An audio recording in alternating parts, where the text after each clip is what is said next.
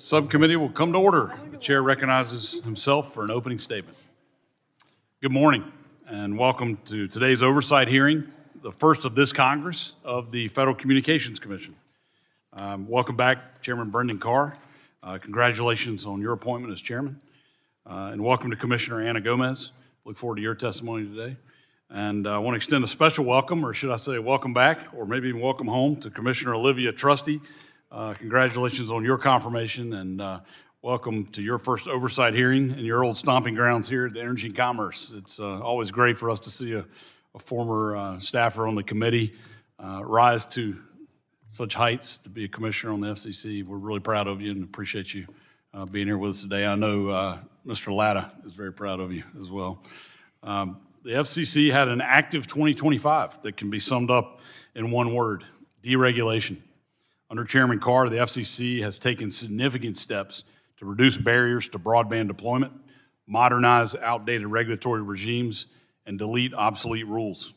These efforts include preempting state and local barriers to wireless infrastructure deployment, which I appreciate. As some of y'all have heard me talk about, I'm too familiar with calls dropping too often when I'm driving around my own district. Reforming the satellite licensing process and ensuring the next generation 911 networks are reliable and interoperable. Another issue that I've made a top priority of mine over the years. And Chairman, I want to say thank you that the first official trip you took as chairman was to Western North Carolina to look at Hurricane Helene impacts on our communications network. So I appreciate the priority you've put on this issue. Together, these efforts will accelerate closing the digital divide, unleash the new space economy, and strengthen America's wireless leadership. I applaud the FCC for this great work. The FCC still has significant work ahead, including modernizing outdated media ownership rules. Last year, I led a bipartisan letter with more than 70 members of Congress urging the Commission to revisit its broadcast ownership caps. Local broadcasters remain the most trusted sources of news for most Americans, yet they now compete with an uneven marketplace shaped by well-resourced new entrants, most notably big tech. Burdened by outdated regulations, local broadcasters are increasingly unable to compete, a reality reflected in newsroom closures and the growing concentration of influence among national networks and social media platforms. Current ownership caps prevent broadcasters from combining or expanding operations, constraining their ability to invest in local journalism. Updating these caps would help ensure broadcasters remain viable and competitive without creating monopolies. It would empower local stations to better compete against dominant platforms. I urge the Commission to keep these realities in mind as you continue your deregulatory agenda. A huge accomplishment this year was the Working Families Tax Cut Act, direction to the FCC to auction 800 megahertz of spectrum for commercial use. Making the spectrum available is essential to America's leadership in 5G and 6G. I'm pleased that the agency has already begun this work by identifying at least 100 megahertz for auction in the upper C-band.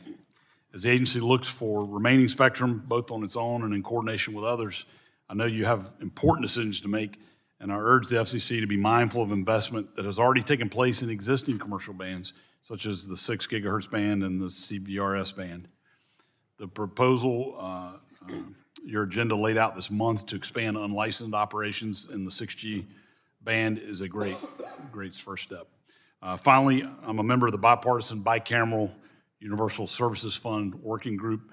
The USF, overseen by the FCC, helps support broadband access to high-cost rural areas, to schools and libraries, rural health centers, and low-income households. Last year, the Supreme Court upheld the constitutionality of USF, but it is past time to reform this program to ensure the long-term sustainability and ensure the funds are reaching the right people.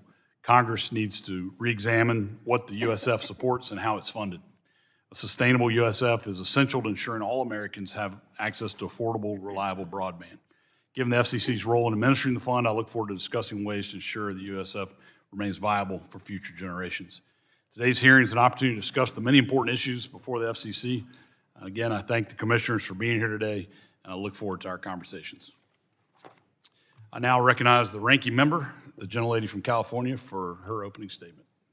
Thank you very much, Mr. Chairman. I'm glad we're holding this hearing. The Federal Communications Commission affects people's everyday lives. It determines whether you can call 911, whether your internet bill is affordable, and whether local news can do its job without political interference. Oversight is not optional. It is our responsibility. The FCC serves the public, not any president, not any party, and not any one political agenda. It is supposed to be an independent, expert agency that promotes competition, protects public safety, and expands connectivity to our rural and urban communities. But President Trump and Chairman Carr have repeatedly abused the FCC's power. We don't have speech police in America. We have the First Amendment. Yet, under Chairman Carr, we have seen a pattern of pressuring the media to toe the administration's line. He warned Disney and ABC stations, we can do this the easy way or the hard way to push them to take Jimmy Kimmel off the air. He threatened to investigate or revoke the license of local stations over content the administration doesn't like. And he's opened investigations into newsrooms' routine editing decisions, such as CBS condensing an interview for time. That's not calling balls and strikes. That's censorship by intimidation. Chairman Carr has stretched the standards of acting in the public interest and preventing news distortion beyond recognition. The FCC's own guidance sets a high bar for news distortion. The FCC can only go after deliberate distortion, not mere inaccuracy or difference of opinion. Yet, like the rest of the Trump administration, this FCC seems to believe it is above the law and the Constitution. That's why I introduced the Broadcast Freedom and Independence Act to draw a bright line.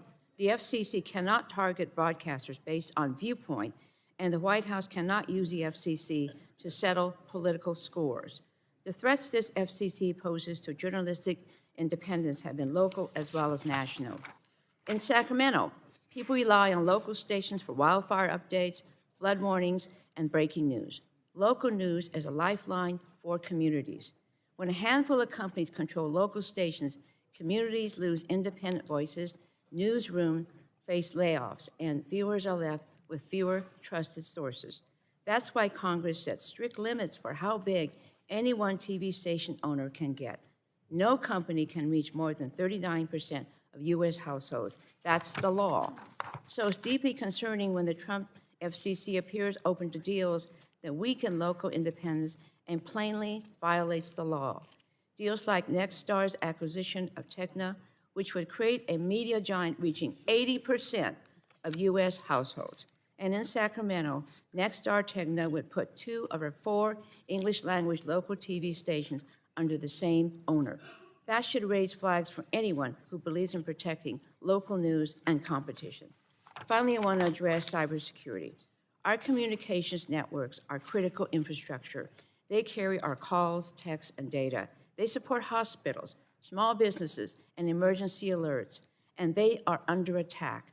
After Salt Typhoon, the worst telecom hack in U.S. history, the FCC began moving toward enforceable cybersecurity requirements for companies, not just voluntary promises.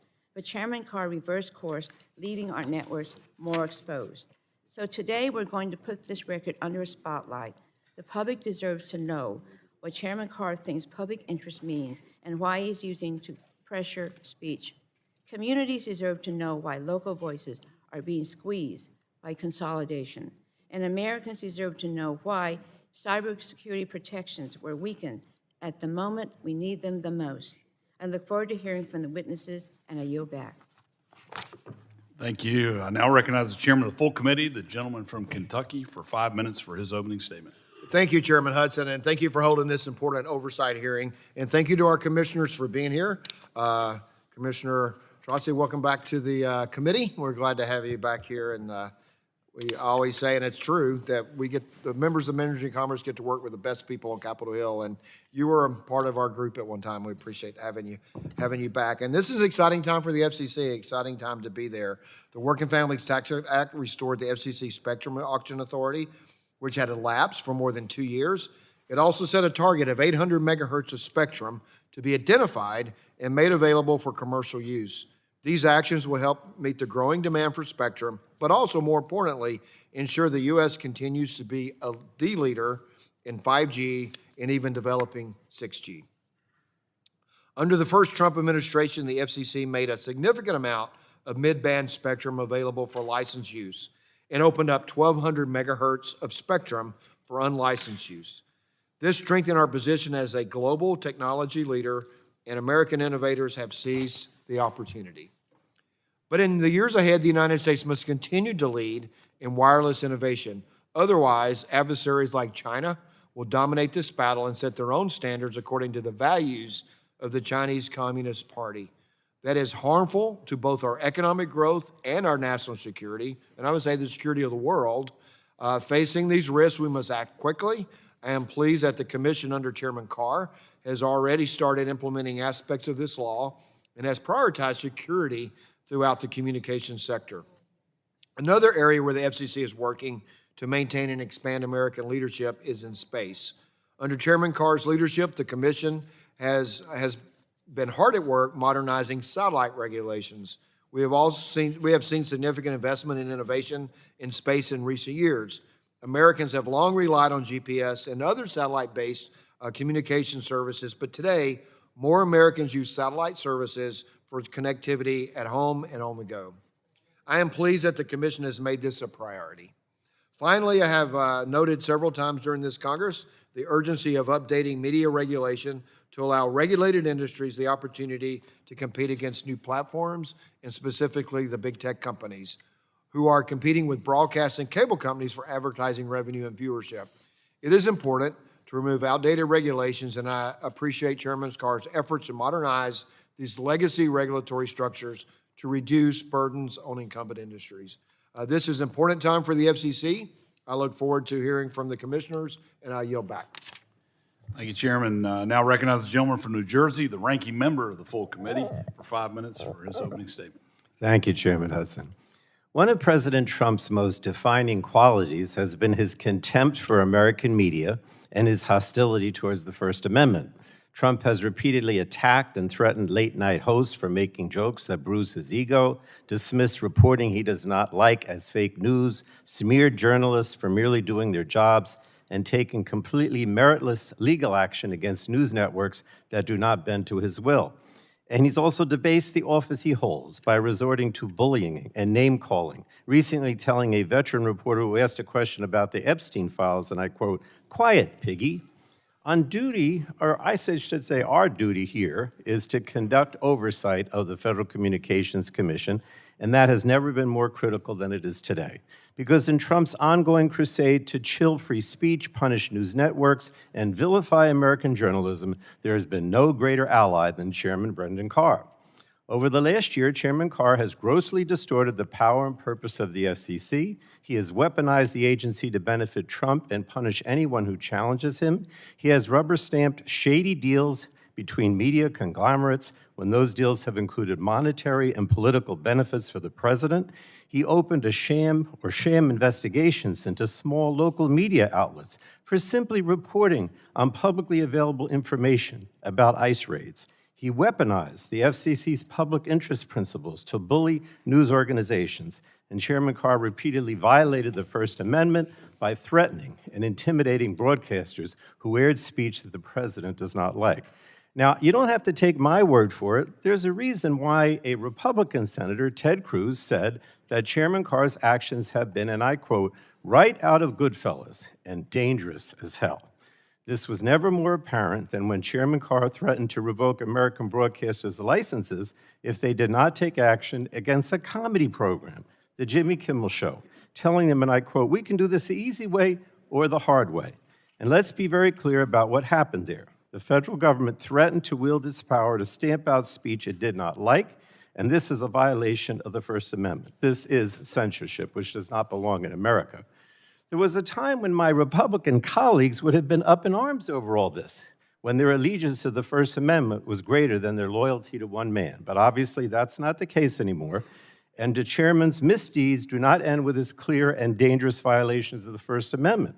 After months of delay, Chairman Carr approved the Skydance Paramount merger, only after President Trump was paid $16 million to settle a meritless lawsuit, offered $20 million in free advertising, and received guarantees that CBS's editorial decisions would be tweaked in his favor. This is what we call a quid pro quo. facilitated by Chairman Carr.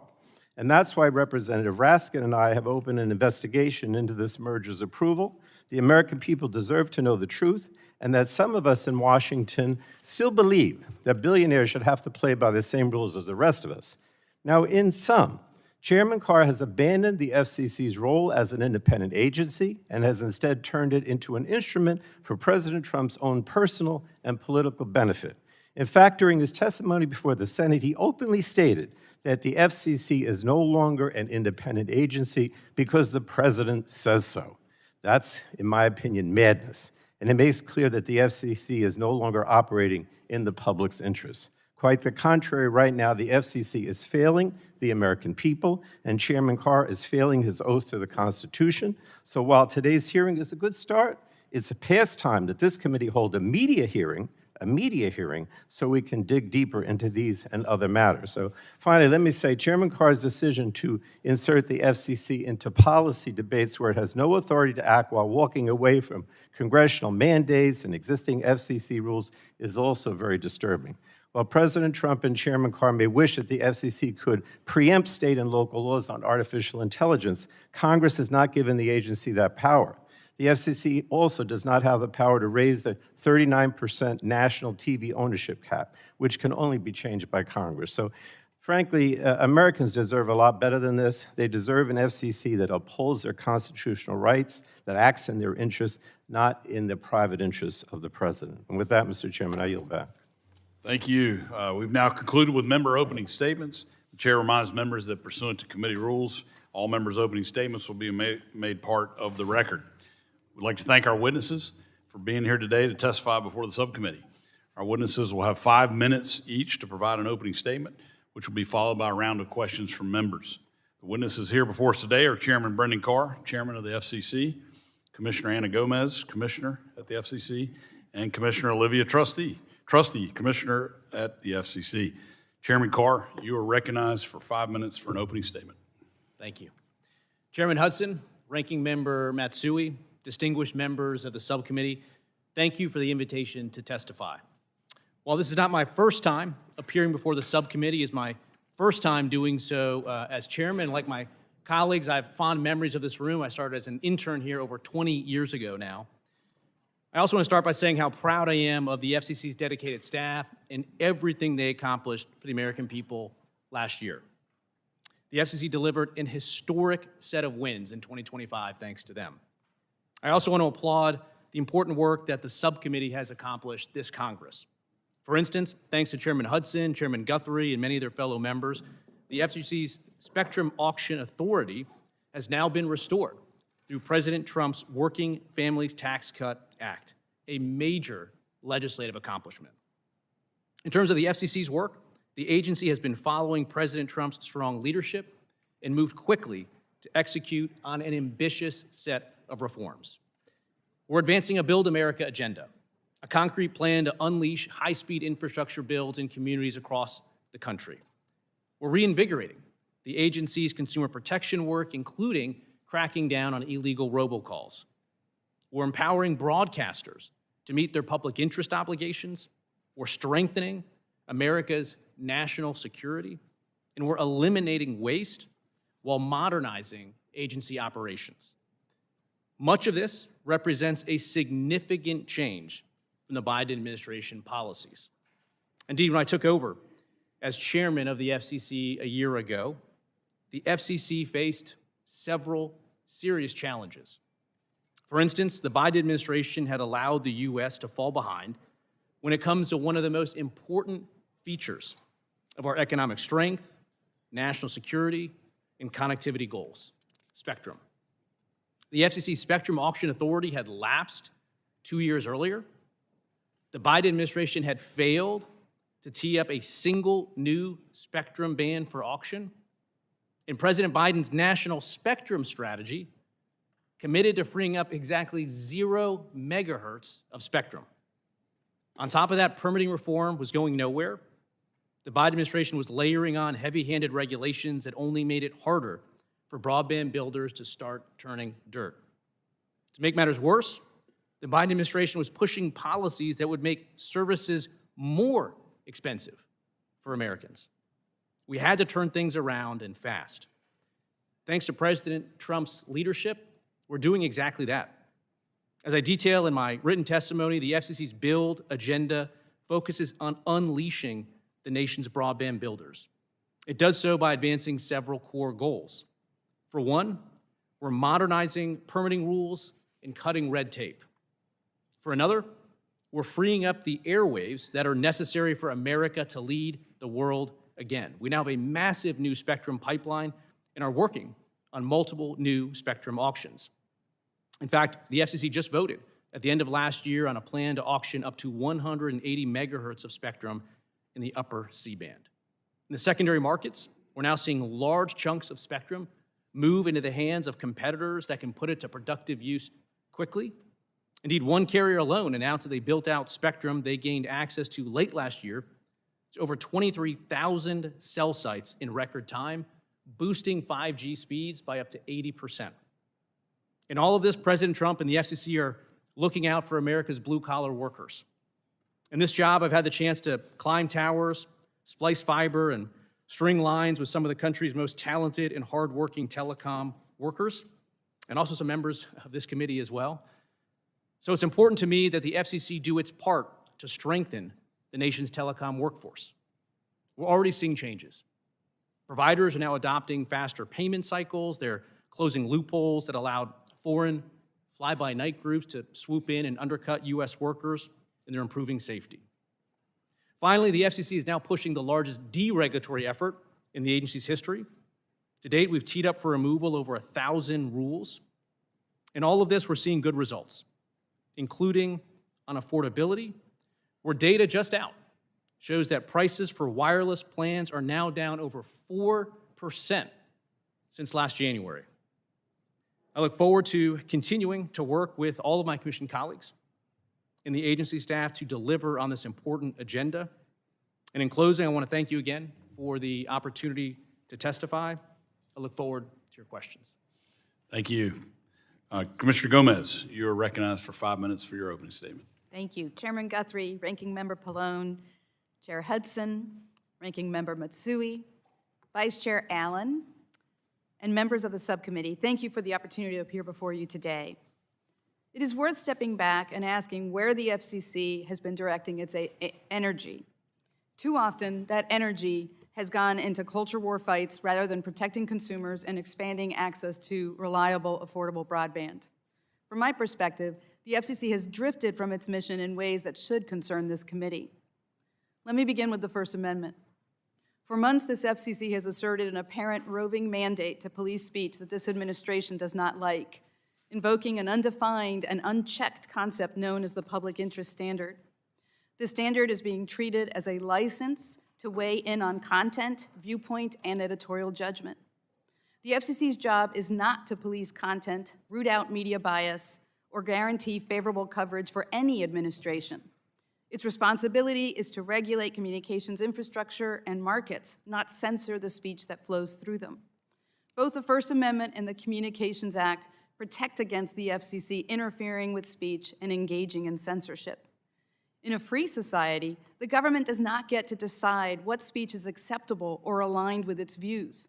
When the government's media regulator claims the power to judge content or to police bias, we move away from oversight and toward censorship and control.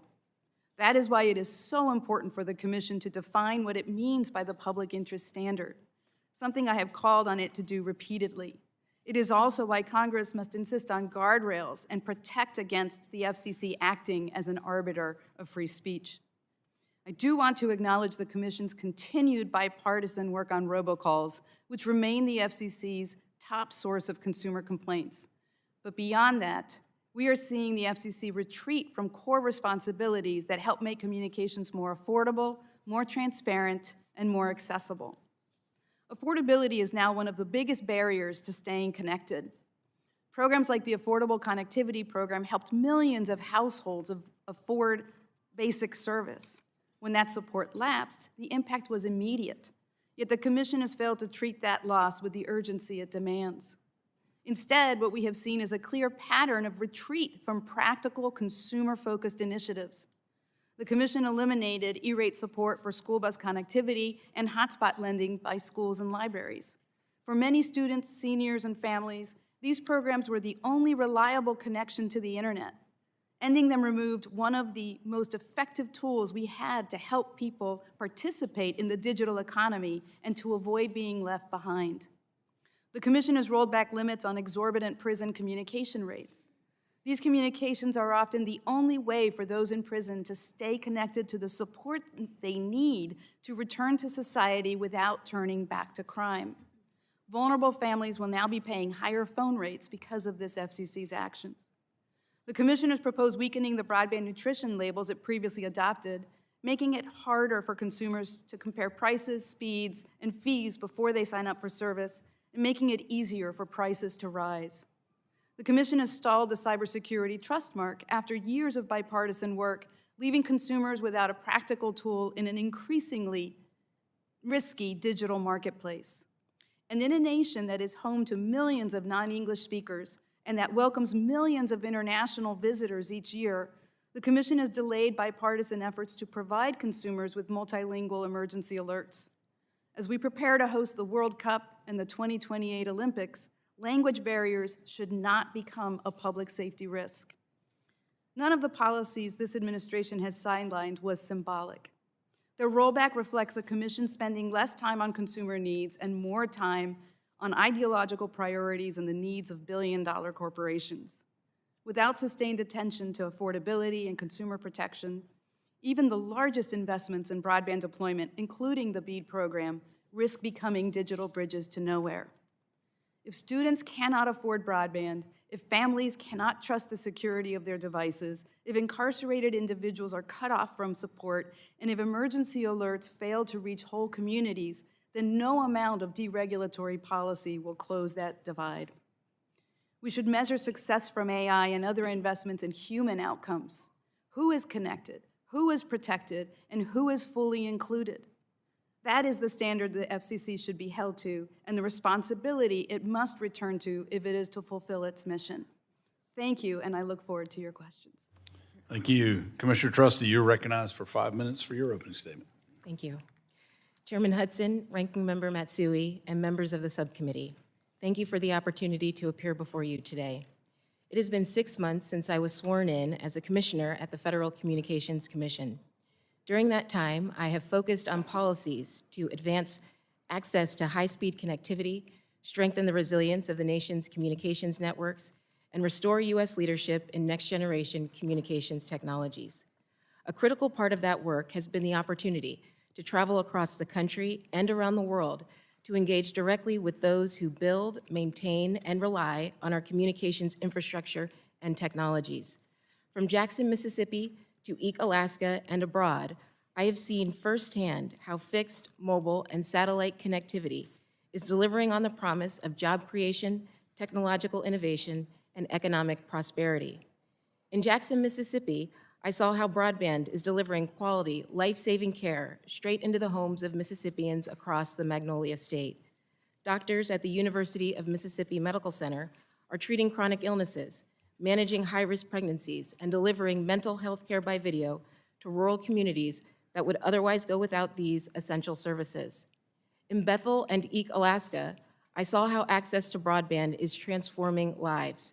These Alaskan towns are home to some of the most rugged and hard-to-reach terrain, and broadband is enabling Alaska natives and non-natives alike to contribute to and benefit from the global digital economy while maintaining their treasured culture and way of life. And last fall, I traveled to Baku, Azerbaijan, to represent the United States at the International Telecommunication Union's World Telecommunication Development Conference. There, ministers and regulators from around the globe highlighted their progress on closing the digital divide within their nation's borders. They also used this forum to seek U.S. guidance and leadership on maximizing spectrum efficiency, building trusted networks and secure supply chains, and creating a regulatory environment that invites continued innovation, investment, and competition while protecting consumers and enhancing public safety. These are issues we confront at the FCC in almost every proceeding. They also inform the 3 priorities guiding my work: universal connectivity, network resilience, and U.S. leadership. Ensuring that every American has access to communication services has been the FCC's core mission since its founding. In addition to the Universal Service Fund, removing regulatory barriers that impede broadband deployment is critical to connecting every American.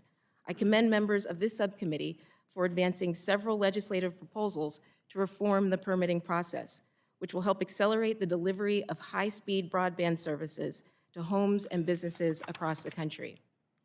In an era of growing digital hostility, however, achieving universal connectivity requires increased focus on the deployment of trusted and resilient network infrastructure.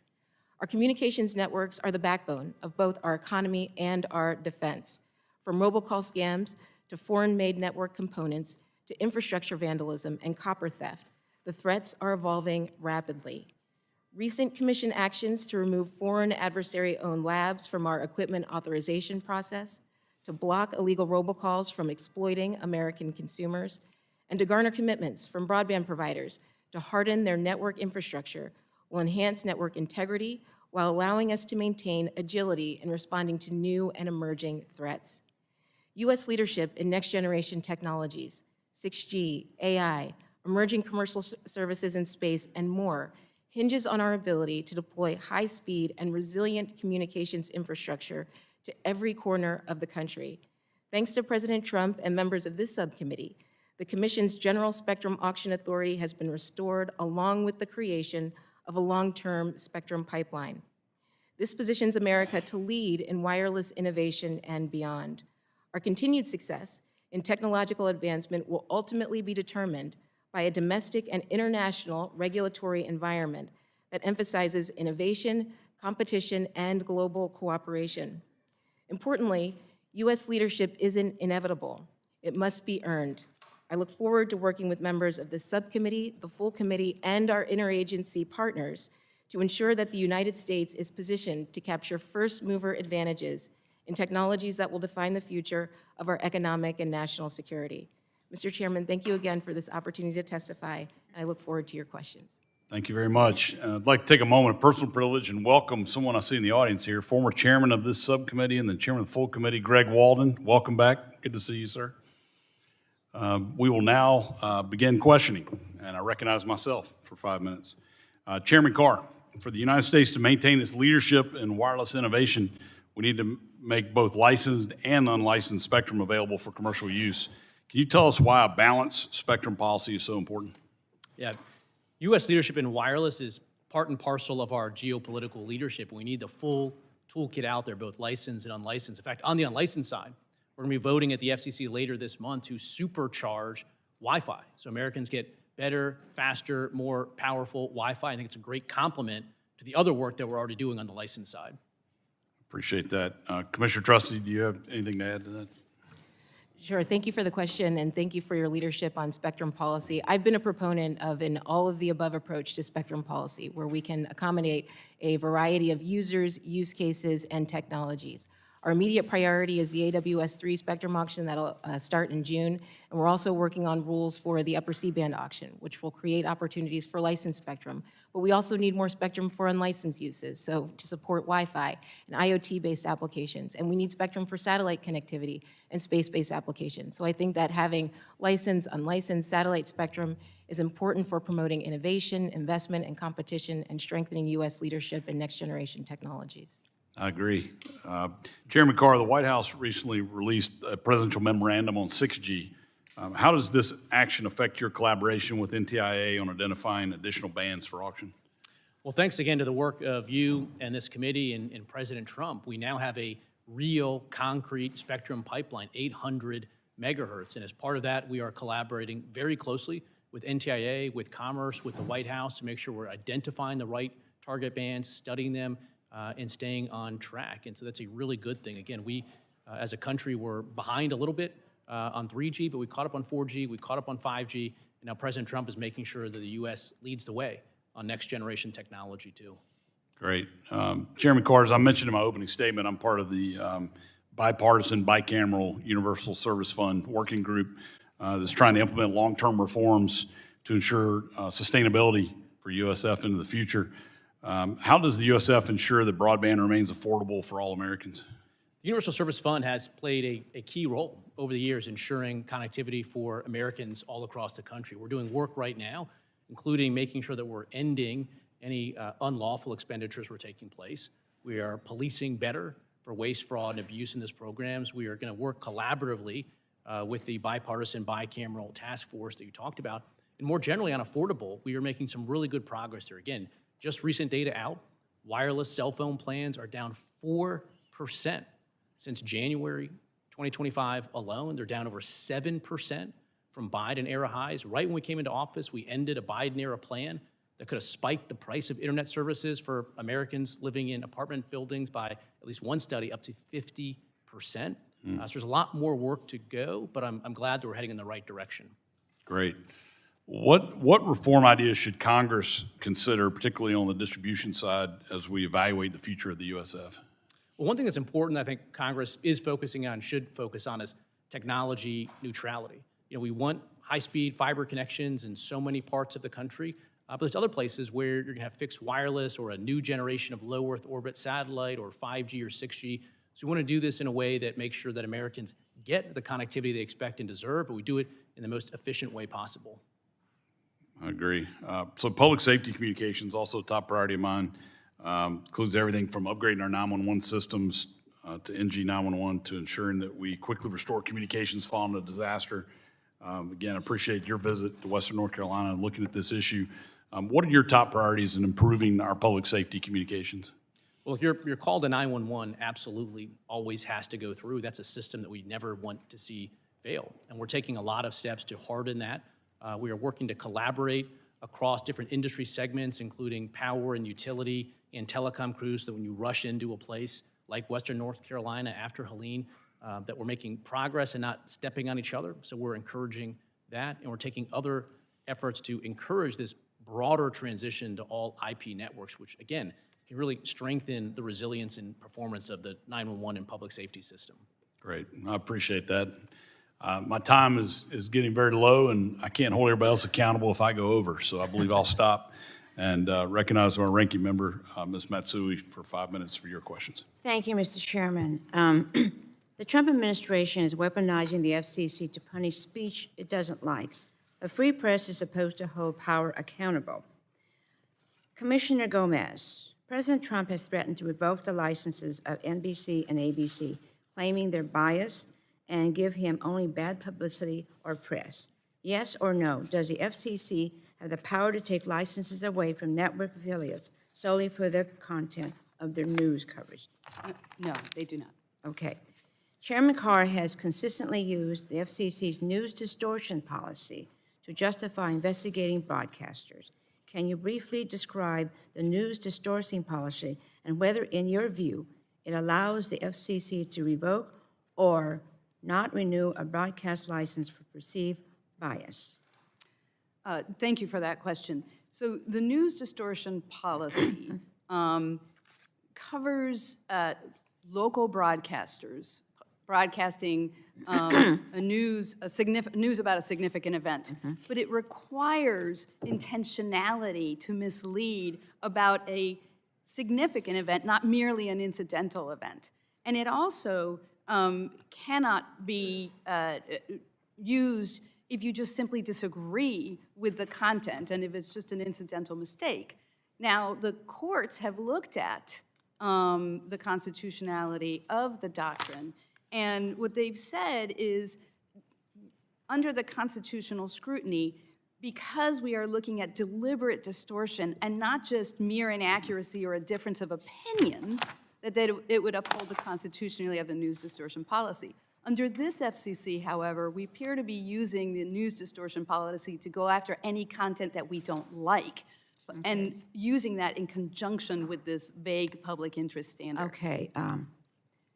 Chairman Carr, the Communications Act requires broadcasters to serve the public interest. Does that standard allow the FCC to censor or interfere with broadcasters' free speech under the First Amendment? I just want a yes or no here. What the Supreme Court has said on this issue is that, quote, no one has a First Amendment right to a license. So the FCC enforcing the public interest standard on broadcasters, according to the Supreme Court, doesn't violate the First Amendment and doesn't constitute So where do you come censorship. down? Is it yes or no? I want to just hear from you, yes or no? Sir, could you repeat it? Yes or no? I mean, just don't quote the Supreme Court. Where are you, yes or no?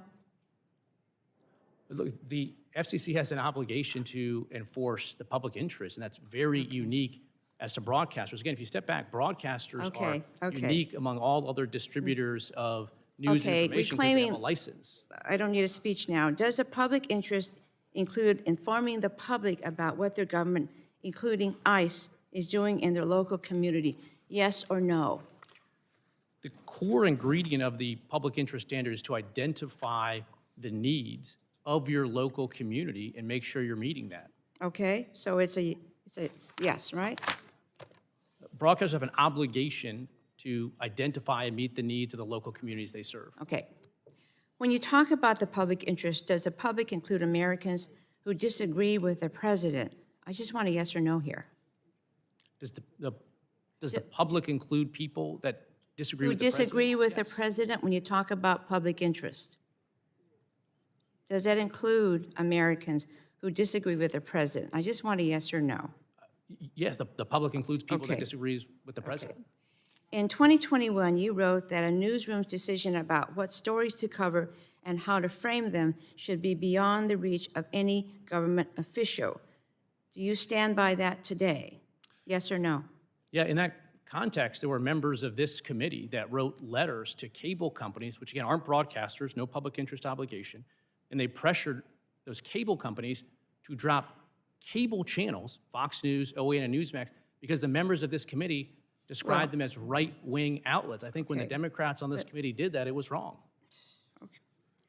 So, to recap, we agree that broadcasters are protected by the First Amendment. Is that right? Yes. The public interest includes informing communities about government action, correct? And the FCC, a government agency, shouldn't influence newsrooms' decisions, correct? Okay. So why did the FCC open an investigation into KCBS in San Francisco after it covered the January 26th ICE raid in San Jose? The FCC, I believe, received either a complaint or we heard concerns about that specific radio station, and we've raised those concerns. I believe we've heard back from that radio station, and we have nothing new to share to update on that investigation. Okay, so, That's time. excuse me? Did I lose my time? Yep. Okay, it seems like, Your time has expired. all right, thank you very much. Thank you.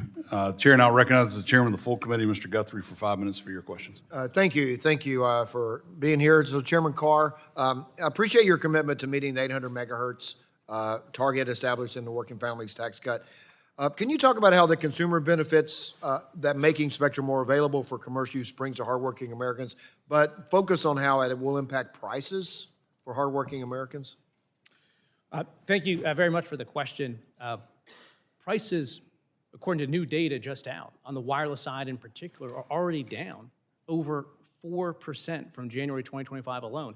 And part of this is our work to make more spectrum available, both through auction and secondary markets. When you introduce new spectrum into a market, the data shows that it drives down prices for consumers significantly. And so both in our work in the secondary markets and our work in the upcoming auctions, pushing more spectrum into the marketplace is going to be really good for consumers. Okay, thank you. So Commissioner Trusty, the U.S. has led the world in wireless innovation, including through unlicensed uses of spectrum. So it's Wi-Fi is a great example of unlicensed. It's changed the way people connect to the internet and led to an ecosystem of new devices that we all rely upon. So could you, how can we continue to foster this innovation and investment to ensure the United States continues to lead the world in wireless? Sure. Thank you for the question, and thank you for your leadership in spectrum policy. Because we have the spectrum provisions in the Working Families Tax Cut Act, that gives us the foundation we need to lead the world in wireless. And so to build on that, we need to maintain predictability in our spectrum policy, so to continue to have auction authority and a long-term spectrum pipeline. We need to be leading in international standard-setting bodies. We also need to maintain strong interagency coordination. And I think we need to be investing in artificial intelligence so that we can increase spectrum efficiency. And I think AI will define the future of things like 6G, AI native networks, and capabilities like integrated sensing and communications. And to build on that, I also think we need to continue to build trusted and secure infrastructure and develop coalitions with our international partners and allies so that our preferred technologies and standards achieve harmonization and scale. I think all of those things will position us well to lead in wireless innovation. Okay, thank you, and welcome back to the committee. Hope you're enjoying it from that side. Thank you so much. And I enjoyed working with the ranking member of this subcommittee. We're still work together, Ranking Member Matsui, on spectrum policy. That's been a good work for us. And so, Chairman Carr, could you speak to the importance of media modernization and why it's critical to remove outdated regulations for incumbent industries to allow them to better compete with big tech? Well, one of the main concerns I have with respect to media policy is you have, on the one hand, all these individual licensed local TV stations. On the other hand, you have these national programmers, Disney, Comcast, a handful of others. And over the years, historically, we had a balance between the national programmers and the licensed local TV stations. But recently, what we've seen is those national programmers have just consolidated and amassed a massive amount of power. We're losing that balance between the national programmers and the actual local TV stations. In some cases, they're becoming just a mouthpiece for programming being produced by those national programmers. So the thing that we're trying to push the hardest on our media policies is to re-empower those local TV stations to compete in this modern media marketplace. Okay, thank you. And also, Chairman Carr, space is expected to dominate the upcoming World Radio Communications Conference. I think Commissioner Gomez told me yesterday he has been very involved in the radio communications conferences. I'm deeply concerned about what China and Russia are doing in space. And that being said, our friends across the Atlantic have been making it difficult for the American companies to operate in the European market. Chairman Carr, from your perspective, how do we posture the U.S. for success? And do you think there's still room for partnership with our partners in Europe? One thing I have credit to my predecessor, Chairwoman Rosenworcel. She stood up a new space bureau inside the FCC. And one thing that we're doing is really supercharging those efforts there. Right when I came in, we cleared out over half of the backlogs that had been there. We recently approved a next generation constellation into low Earth orbit. And we did that in roughly half the time that it had taken the FCC to approve the prior updated constellation. And so, as you point out, China wants to dominate in low Earth orbit and up and down all orbital slots. I have about 30 seconds. So what in this area, what can the committee do to help? Is there legislative need for you, or what can we do to help you? You know, the FCC needs to continue to move faster in this space, and legislative efforts to help lock that in would be a good thing. Okay, thank you. I have 15 seconds left, and I will yield them back. I appreciate that, Chairman. The Chair now recognizes the ranking member of the full committee, Mr. Pallone, for 5 minutes for your questions. Thank you, Chairman Hudson. And Chairman Carr, I did want to get into the local broadcasters that you mentioned, but just a simple yes or no initially. You recently stated that the FCC is not an independent agency. True? Yes or no? I said the FCC is not formally speaking an independent agency. Okay. But to me, that is very much contradictory to what you said in 2022 when you testified before this very subcommittee, and you made it clear that Congress made the decision that the FCC is truly independent, not the president, and certainly not you, that it is an independent agency. So I think you're kind of hedging a little bit when you say that you think it is an independent agency, because I think you repeatedly said that it's not, but whatever. Let me get to Commissioner Gomez. Can you discuss the importance of the FCC's independence from political interference, if you will? Thank you for your question. Congress set up the FCC as an independent agency because it feared that the agency should not be subject to the whims of one person or one political party. That is why we have an independent, multi-member expert body that regulates our communications medium. So when we declare that we are not independent, what we are doing is, A, we're not recognizing what Congress wanted when it created this independent agency, but we are also putting way too much power into one person and then doing their political whims. I appreciate that. And I do think, Mr. Chairman Carr, that your repeated comments do not suggest that you think it is an independent agency, but I don't want to get into all the details because I do want to get to this local broadcaster issue, which you mentioned before.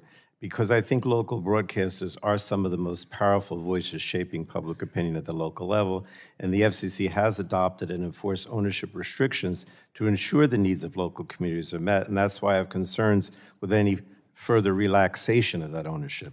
And I also want to remind you that Congress set the maximum reach for entities owning TV stations at 39% of national television audience households, and only Congress can change that threshold. So let me ask you, Chairman, do you agree that only Congress has the authority to raise the national ownership cap? The position of the FCC consistently over the prior 4 chairs, Republican and Democrats alike, has always been that the 39% cap is a rule that the FCC has on our Code of Regulations. And as a general matter, I really agree with you on the need to reinvigorate. Right, but local you're broadcasting. saying then that you don't think, you think you can raise it on your own. The commission can. These are issues that we're looking at right now. I'm just saying, Well, I mean, yes or no? You do believe that you can raise the cap on your own? You're saying it's a regulation, not a statute? we're looking at that right now. I'm saying that if you look at the last 4 FCC chairs across Republican and Democrat, the FCC has consistently been. Well, I don't think you're answering my question, but let me move on. Commissioner Gomez, do you agree with Chairman Carr? And, well, I guess he didn't really say anything. So let me ask you, what impact do you think any relaxation of this 39% would have on consumers? Thank you for that question.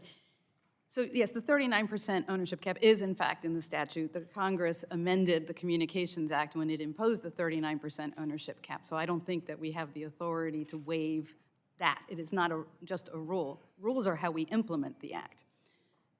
I believe consolidation is worrisome. I travel all over the country and I meet with local broadcasters, and I am always so impressed with their commitment to their communities and to serving their communities. What I fear is that this consolidation is going to enable behemoth corporate parents to take those local broadcasters and to create, quote, efficiencies that will in fact water down local news and then lead to less service for their communities, not more. Well, thank you. One more question. I had a lot of discussion with the chairman about the public interest or the public interest standard, but I really believe that under Chairman Carr's leadership, the FCC has really not served the public interest, but rather the personal or political interest of President Trump. So let me ask you, Commissioner Gomez, has the FCC under Chair Carr's leadership been guided by the public interest standard as you would expect, especially when it echoes President Trump's threats to take away broadcast licenses for merely criticizing him? How is that in the public interest? Fundamentally, it's important to note that we are subject to the First Amendment and to the Communications Act prohibition on censorship. We cannot use this vague and undefined and unchecked term, the public interest, in order to go after any content we don't like. What we are seeing under this administration is retaliation against speech and reporting that this administration doesn't want in order to get coverage that this administration wants. That is not a good use of the public interest standard, and we need to define what we mean by that. The gentleman's time's expired. Thank you, Mr. Chairman. Thank the gentleman. Chair, and I'll recognize the Vice Chairman of the Subcommittee, Mr. Allen, for 5 minutes for your questions.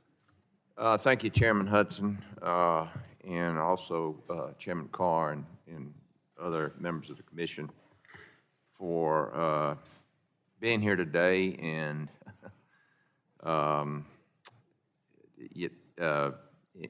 anyway, thank you for your service. It's great, even under the duress that you're dealing with, but which I really apologize for. But anyway, Chairman Carr, last March, 73 members of Congress, including myself, sent a letter to your commission calling for immediate action to update outdated ownership regulations. Our letter emphasized the need for rules that reflect today's competitive media landscape, where local broadcasters face unprecedented challenges competing with the unregulated big tech platforms. Could you provide us with a status update on this issue? And as I understand it, with the local broadcasters, it's a matter of survival. I mean, this is a real problem. Could you update us on that? Yeah, thank you, Congressman, for the question and for your leadership on this issue. The FCC has a couple of active proceedings underway where we're looking at this. Again, my North Star through all this media policy is I'm not interested in seeing the national programmers, Disney and Comcast, amass any more power than they already have. I think one thing that we have to try to look at, whether it's this proceeding or otherwise, is how do we create some better structural competition to them? Because to your point, if you look at local news right now, it's principally being driven by local broadcasters. We used to have thousands of local newspapers across the country. I know in your experience, you're seeing them close down or at least stop physically printing by the dozen. What I don't want to see, I think the conversation that we should have in Congress is, if we care about local news and local reporting, how do we make sure that those local TV stations continue to be economically viable? Because we don't want them to go the way of so many newspapers. I don't think we'd be better off as a country if we lost them. And, you know, again, it's run by local folks who live in the community, who work in the community, who contribute to the community. And I don't see how being part of a bigger organization to survive, you know, the current turmoil, if you would say, in this industry and expansion in this industry is I think it's, you know, I think it's important that we have that local influence. You've made empowering local broadcasters a centerpiece of your agenda.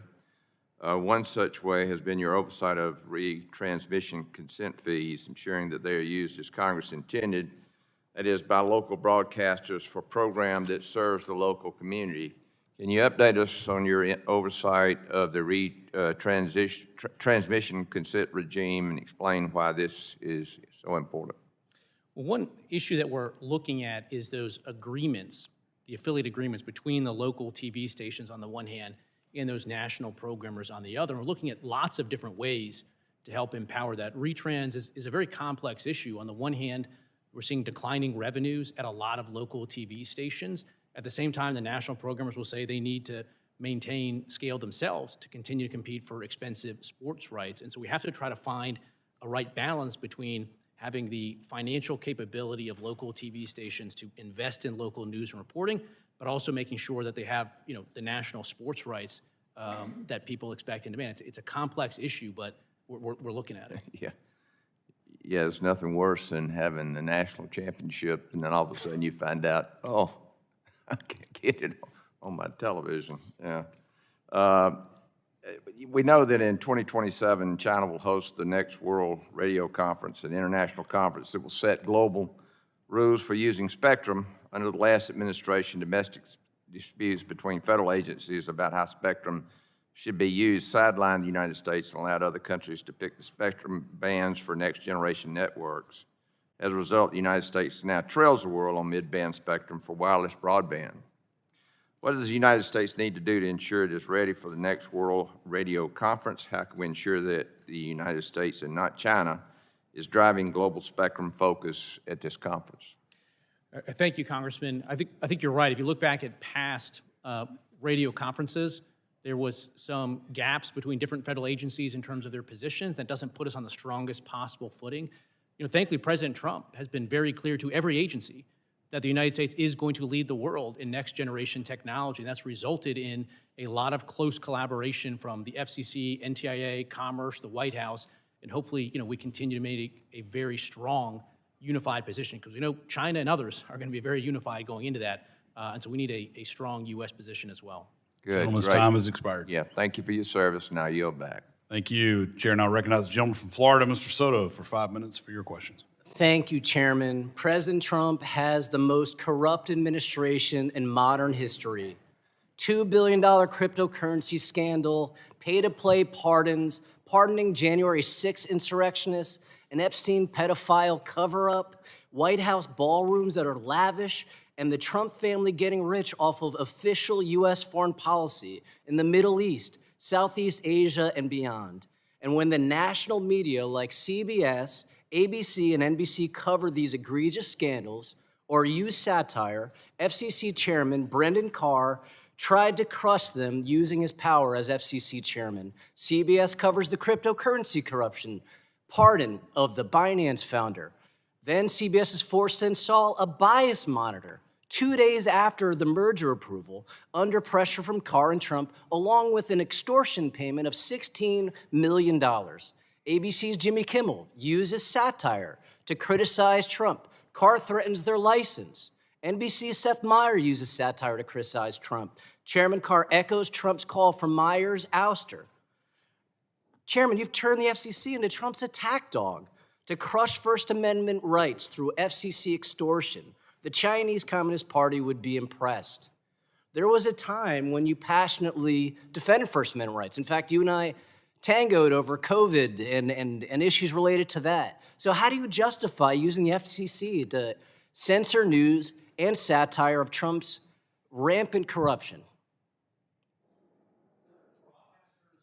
Have an obligation to operate in the public interest. And in 2021, Is it we not wrote the this public letter interest? right here to the FCC asking us to take action when there was a transaction pending at the FCC involving a Spanish language radio station in South Florida. Is it You talk not in about the public disinformation and interest pressuring the for FCC people to know block it. about the corruption And then that's you had happening in other this Democrats administration? step in and say, to win in 2022, this must stop. Pressuring the FCC to block a sale because Democrats thought it would be bad for their Reclaiming midterm my election in time. 2022. You serve And the after American that, people. What is the that sale didn't issue go through. is blatant corruption by the Trump administration and you trying to hide it. And everybody knows it. Commissioner Gomez, one day Chairman Carr's reign of un-American censorship will be over. How do we restore public confidence in the FCC after this national censorship scandal? Oh, thank you for that question. I think that Congress can really help us here by putting guardrails on the FCC so that it cannot violate the First Amendment and censor content on broadcasters. And what do you think those guardrails should be? I think defining the public, what it means to serve in the public interest would be very helpful. Do you think highlighting corruption is in the public interest? I think the FCC should stay out of content, whether we like it or not. And that is the problem, is this administration wants to retaliate against news organizations that have the temerity to report factually about this administration. Well, the history books will not be kind to that. It's been over a year since Trump took office, and we still don't have rural broadband in rural communities like mine and others. You came to my district a while back in Orlando to hear from veterans who utilize internet to help with their health care. What has the effect been of the BEAD program still not being rolled out across America with regard to consumers? Yes, it is so important for us to be able to participate in this economy today, the digital economy, to have access to affordable broadband. And the communities that don't have that are getting further and further left behind. And as you know, when we came, we were talking about the Affordable Connectivity Program and how important that was to veterans to be able to make their meetings and their health care appointments without having to, in fact, travel. It saved them days of painful travel. So we need to focus on this issue so that every American can have access to affordable and accessible broadband, especially if we want to be world leaders in artificial intelligence. It is so important. And what happens to rural businesses, farms, ranches when they don't have access to high-speed broadband? If you don't have access to high-speed broadband, you really are at risk of being left behind. It is an imperative in today's economy, in this digital economy, to have access to broadband. Thanks, Chairman. I yield back. Thanks, gentleman. The chair now recognizes the gentleman from Ohio, Mr. Latta, for 5 Well, minutes. thank you, for Mr. your question. Chairman, and thank you to the commission for being with us today. Chairman Carr, Commissioner Gomez, and Commissioner Trusty, and congratulations. It's great since you've been in my office years back to follow your career. Congratulations. Chairman Carr, let me just start off. With the BEAD program, how much shovels in the ground were there in the Biden administration? The BEAD program was President Biden's $42 billion plan to connect millions of Americans to high-speed internet. And after over 1,000 days of the Biden administration implementing it, not a single shovel's worth of dirt was turned. Now, President Trump and Secretary Lutnick and NTI Administrator Roth have come in and they've turned that program around, and we're finally going to be seeing dirt turning and Americans getting connected. So I just want to make sure I heard that correctly. Nothing happened in the Biden administration. Let me turn to another topic I know that you and I talked about through the years, especially when we had this Spectrum Authority auction lapse. Because how far did we fall behind in this country when we didn't have that authority to sell spectrum? And the other question I'd like to ask is this, because it's always one of the things that we always worry about. How much money did we lose in that time frame from not being able to have that auction authority? Yeah, during the Biden administration, the FCC's Spectrum Auction Authority lapsed for the very first time ever, and that enabled other countries, China and others, to leapfrog the United States. We fell several hundred megahertz behind them. But thankfully, this Congress came together, President Trump came together, and passed a working families tax cut that created a strong pipeline of 800 megahertz. And again, every time you bring spectrum online, that drives down prices for consumers, and so that's what we're doing right now. So I understood that correctly. It was during the Biden administration that authority lapsed. Let me ask you another question, because this just came in. I know that we talked about this for years, and I worked on legislation on robocalls and trying to protect the public out there. And I know that in reading your testimony that the commission wants to move forward and make sure that we protect people out there from these robocalls that people are getting. Well, thank you. Robocalls obviously are our number one consumer complaint, and right now we're building on the long-term bipartisan work of the agency on this. One thing we're doing is historically the FCC would focus on a very small number of robocallers that generate a lot of calls, and they would fine them hundreds of millions of dollars, but those fines would largely go uncollected. And what we're doing now is we're picking up on something we did in the last administration, which is to kick providers out of our robocall mitigation database if they're not doing enough to fight illegal robocalls, and that effectively cuts them off from the U.S. telephone network. And more generally, we're going at every single portion of the life cycle of illegal robocalls and making it harder for the bad actors to get their calls through, including we're looking particularly at foreign-originated illegal robocalls. Well, I know the American public out there is going to appreciate your work on that, because I know I just got a call the other day from a constituent that had problems with robocalls coming into their business. Commissioner Trusty, you know where I'm from and what my area looks like. And there's areas out there, of course, that we don't have broadband. And I know I worked years back making sure that we had accurate maps before we'd spend money to make sure that dollars were spent. And in your testimony, you talk about some of the things you're really focusing on. And one of the things I think it's really important you talk about is when we talk about rural health care and telehealth. And I know when I'm in my rural hospitals, they can't afford to have a lot of different programs, you might say, or docs doing certain procedures, or especially on the mental health side. Could you just elaborate a little bit on the mental health side and the telehealth side? Absolutely. Thank you so much for the question. As you know, the Rural Healthcare Program ensures that rural patients have access to modern, quality healthcare, including telehealth. And the FCC has made some process improvements to improve access to this essential program by extending the application deadline, by making sure funding aligns with demands. And we've been able to roll over unused funds for this year, for 2025, to ensure that we increase access to this important service. I think as part of the USF Congressional Working Group, there's another opportunity to explore additional reforms that can be made to this program to ensure that Americans in rural communities across the country have access to the quality care that they need. Well, thank you. If I could just return to you, Commissioner Carr, just real quickly, because we had discussions when we talked about 4G, 5G, 6G, and I'd always ask this question: are we winning the race? I mean, you know, who's our competitor out there? We got to win this race. So are we winning this race out there when we talk about 6G? We are. We had fallen behind, in my view, during the Biden years, and now we've hit the accelerator, and we are going to be leading the world once again in next generation technology. Thank you very much. My time has expired, and I yield back, Mr. Chairman. Thank you. Chair, now recognize the representative from New York, Ms. Clark, for 5 minutes for your questions. Good morning, and thank you, Chairman Hudson, Ranking Member Matsui, for convening this hearing. Given the actions of the FCC under Chairman Carr, it's long overdue. Less than 1 year into his tenure, the FCC under Chairman Carr has given this committee many worthy avenues of exploration and oversight, most of which appear to stem from his new role as an obsequious partisan fulfilling President Trump's desire to exact revenge on his perceived enemies and line the pockets of the oligarch class. While appearing before this committee less than 4 years ago under the Biden administration, then Commissioner Carr rightly acknowledged the independence of the FCC, free from executive branch interference, but recently made clear that under the Trump administration, that independence is gone. While this may seem like a shocking about-face, it shouldn't be that surprising given Mr. Carr's role as author of the horrific Project 2025 manifesto, as well as the frankly bizarre choice to wear a golden lapel pin bearing President Trump's face. The weaponization of the FCC under Chairman Carr is not just frustrating, but dangerous. Dangerous for the nation and the ideals upon which it was founded.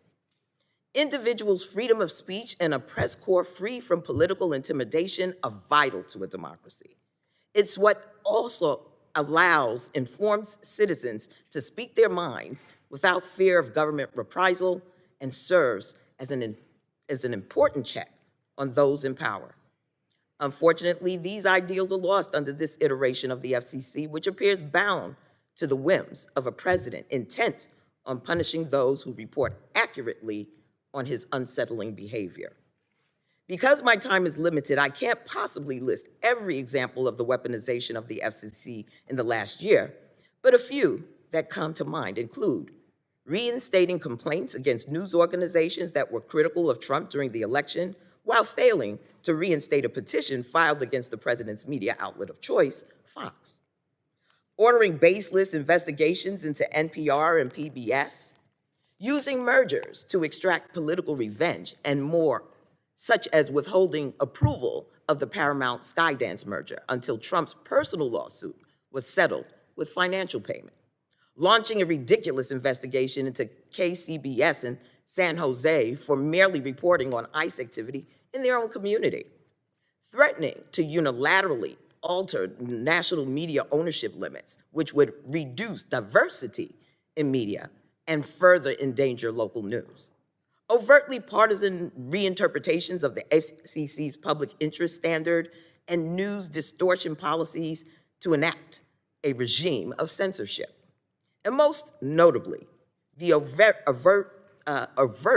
threatening of licenses of broadcasters for carrying Jimmy Kimmel Live show.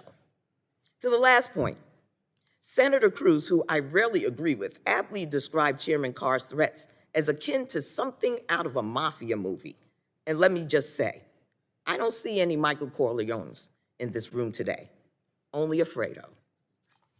So my question is to Commissioner Gomez. For nearly 90 years, the FCC has functioned as an independent agency to insulate communications policy from political pressure. Can you explain why the FCC's independence is essential to its credibility and effectiveness, and what potential risks arise as that independence is eroded? Thank you for that question.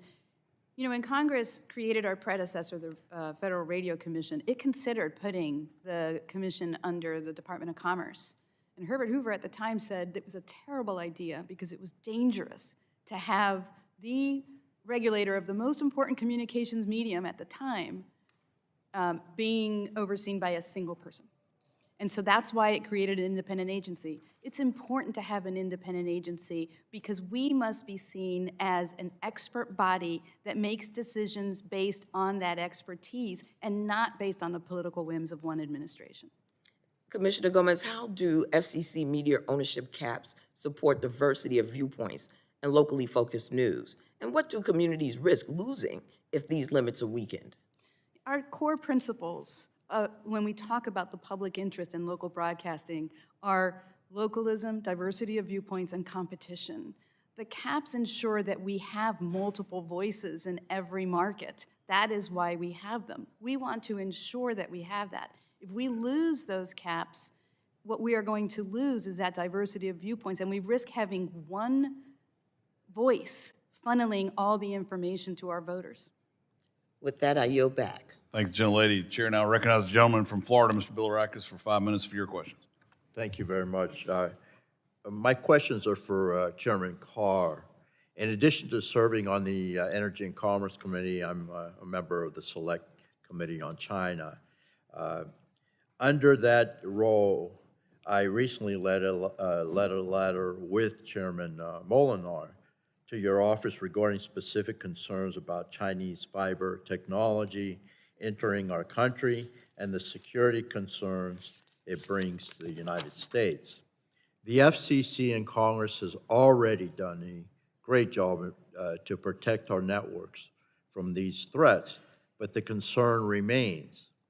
Just last week, the Financial Times reported a new China-backed hack of congressional staff email accounts. Can you outline, Mr. Chairman, what actions you are continuing to take to identify and address adversarial threats to U.S. telecommunications infrastructure? And can you confirm that you'll continue, again, have all the necessary tools at your disposal to adequately address these concerns without additional congressional approvals? Thank you, Congressman, for the question, for your leadership on this important issue. One of the very first things I did as chair was to stand up within the FCC a new Council on National Security that brings together all of our bureaus and offices and their expertise to bear on this issue, because China and other foreign actors are constantly poking and prodding and looking for ways into our communications network. We've taken actions on what we call bad labs to try to kick out equipment authorization bodies that aren't trustworthy. We've taken action to implement the Secure Equipment Act, and with cybersecurity in particular, we work directly with carriers to ensure that they're taking renewed actions to accelerate the patching of vulnerable equipment, updating and reviewing their access controls, disabling unnecessary outbound connections. And the key there is we have to be very, very nimble and make sure that carriers and our country's national security expertise, including CISA and DHS, are very closely collaborated, because you need very quick reactions given the types of threats we're seeing. Very good. Again, question for the chairman. In your written testimony, you devote a section to the deregulatory actions the FCC has engaged in under your leadership. This includes removal of over 1,100 rules, regulations. I applaud these actions, especially as this committee is working on its own permitting reform package to streamline the process. Beyond the baseline number of regulations removed, is there any way to quantify how much time and or money is saved by these actions? How would you describe these changes to the typical American taxpayer and internet users? I think that's very important. If you could respond, I'd appreciate it. Yeah, thank you, Congressman. The easiest way to put it is that it historically it costs too much and it takes too long to build out internet infrastructure in this country, and that means communities that are on the edge case of new or additional or better service can get left behind. And so we're working hard at the FCC on permitting reform and cutting red tape, and that's going to be key to making sure that we keep driving down prices for Americans. Very good. For the last several weeks, the news has been inundated with the discovery of mass amounts of fraud within our federal programs. What are the safeguards at the FCC to help guard against fraud? And in light of what is happening with the improper payments within other agencies, is this something you're considering taking a look at and updating? We're in the midst of continuing to reinvigorate our work to detect and root out waste, fraud, and abuse. Just recently, we took action, for instance, with respect to California. California had a state lifeline program that had decided that they were going to stop sharing relevant information with certain federal agencies. And that opened the door to potential waste, fraud, and abuse. So we revoked California's ability to opt out of that program. And now we're putting everybody through this national database. We're also finalizing some work right now on some additional steps that we can take with respect to our Lifeline program to make sure that those benefits are flowing only to those Americans that Congress intended them to. Very good. Thank you very much, and now I yield back. Thank you, gentlemen. Chair now recognizes the gentleman from California, Mr. Peters, for 5 minutes for your questions. Thank you, Mr. Chairman, for calling this important oversight hearing. In 2021, Congress voted to invest a total of $65 billion in the Broadband Equity Access and Deployment Program, or BEAD, to advance universal broadband access with over $1.8 billion reserved for my home state of California. By the end of the Biden administration, state deployment offices had made progress to the long process requirements, guidelines, and mandated studies, including in the law. They made awards to grantees who were committed to building fiber lines to hard-to-reach areas and strengthening connectivity in underserved areas. However, lamentably, there were no shovels in the ground, and I was one of the people who joined Republicans to criticize how long it had taken for that to happen and to be an advocate for permit reform in this field and in others. But by the beginning of 2025, states were ready to begin their build-outs, and the Trump administration decided to issue new regulations which halted any progress. So we're back where we started. We're no better off, and progress is still stalled today as the administration holds the BEAD program's funding hostage. The Federal Communications Commission is guided by the principle that all Americans should have access to communication services. The Trump administration's pause on BEAD funding broadband build-out for over a year goes directly against this principle. It continues the very things I joined Republicans to be critical of under the Biden administration. Commissioner Gomez, how do delays in broadband deployment affect the FCC's abilities to meet its goal of making affordable connectivity accessible to all Americans? And how can we ensure that people have the skills to take advantage of broadband once it's deployed? Thank you for that question. We want to get broadband to every community, everywhere, as soon as possible, because we really risk leaving people further and further behind. And I'm afraid that we'll go from having a digital divide to a digital chasm if we don't do that. But I'm glad that you raise the totality of what Congress did with the Broadband Equity and Access Program, because one thing we cannot ignore is that we need affordability and we need people to have the digital skills in order to take advantage of the broadband that will give them access to this digital economy. And I'm afraid that this administration has completely lost its focus on that. And that is why I say I'm afraid that if we don't ensure that these networks are sustainable, but making sure that everyone can use them and afford them, we are going to be building bridges to nowhere. Right. Well, I share that concern, and thank you. And I think it's critical we invest in, continue to improve programs like the Universal Service Fund to support affordable rates in underserved areas and rural access to hard-to-reach areas. And again, when I first came to Congress, we were all talking about rural broadband and how important that was. I think the pandemic showed us that the digital divide exists even in wealthy neighborhoods like the ones that I serve, and I think we should get at it. Along the lines of permit reform, last year I joined with my colleagues, Representatives Joyce and Landman, to introduce the Bipartisan Broadband and Telecommunications Rail Act. We've heard that when broadband companies try to build out communications infrastructure across railroad crossings, the cost and approval times skyrocket. To streamline the deployment process between broadband providers and railroad carriers, the bill would implement firm timelines, conflict resolution processes, and fee scales to help the FCC move faster in support of the public interest. It would outline the responsibility of each party and give the FCC authority where it previously had none. Commissioner Gomez, how would granting the FCC authority over this process speed up access to fast, reliable, and affordable connectivity? And are there other areas in broadband deployment that the FCC does not currently but should have jurisdiction? Thank you for that question. And I am very supportive of streamlining approvals, and particularly of your bill's focus on making sure that the costs that are being recovered are actually the costs of providing those approvals. And that, I think, is very important. So I think it's very helpful when Congress gives us instructions on what it is that we're supposed to do, particularly in the area where we are, in fact, acting to either preempt local regulations or tell others what we think that they should be doing.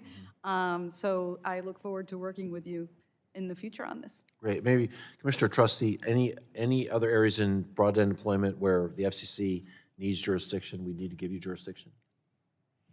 Well, thank you for the question, and thank you for your work on this bipartisan legislation.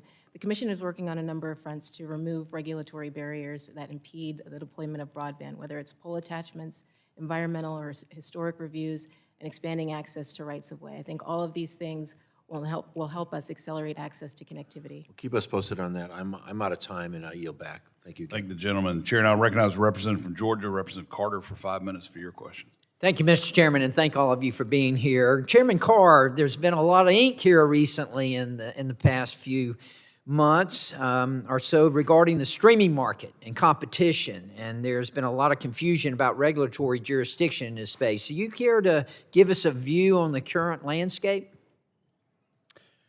Well, streaming is something that we stay apprised of at the FCC. It's adjacent to markets that we directly regulate, and it's intertwined. And I think there has been concern increasingly expressed recently about consolidation in the streaming market and potentially further consolidation in the streaming market. That could potentially harm consumers. Great.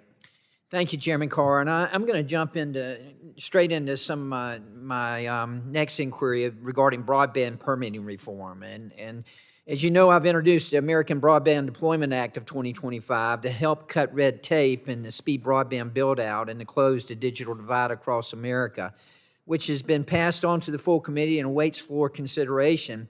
Chairman Carr, I appreciate your support for my legislation and your testimony, and I want to ask you, why is it important for Congress to pass my legislation codifying your reforms, and what kinds of steps is the FCC exploring to address state and local barriers to fixed and mobile broadband deployment?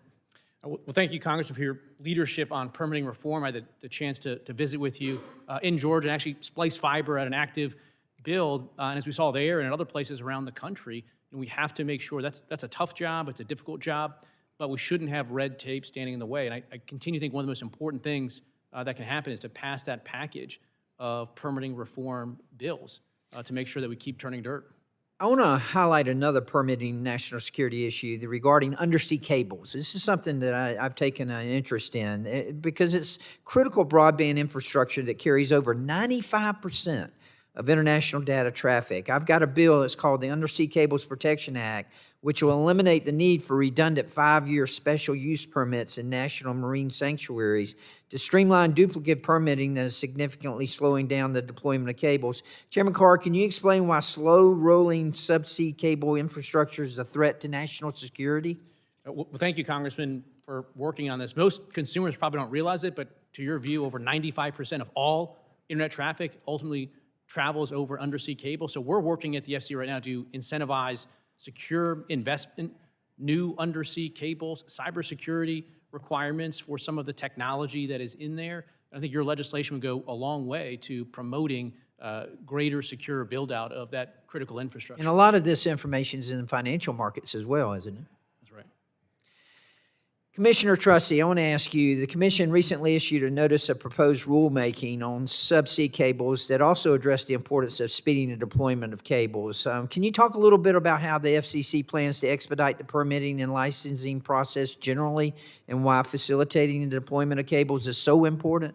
Yes, absolutely, and thank you for your leadership on this issue. So last year in August, the FCC adopted a proceeding where we streamlined the licensing and permitting processes for undersea cables. We updated outdated rules, we established faster processing timelines for eligible applicants, and we cut unnecessary administrative steps or disclosures, and that helps to promote the fast and efficient deployment of undersea cables, which is essential for our economic and national security. This positions us to be able to promote more US-led cable projects, to diversify our subsea traffic routes, so in the event of sabotage or compromise, there's no single point of failure, and it means we can strengthen our disaster recovery and emergency response plans. So it really helps with redundancy in this critical infrastructure.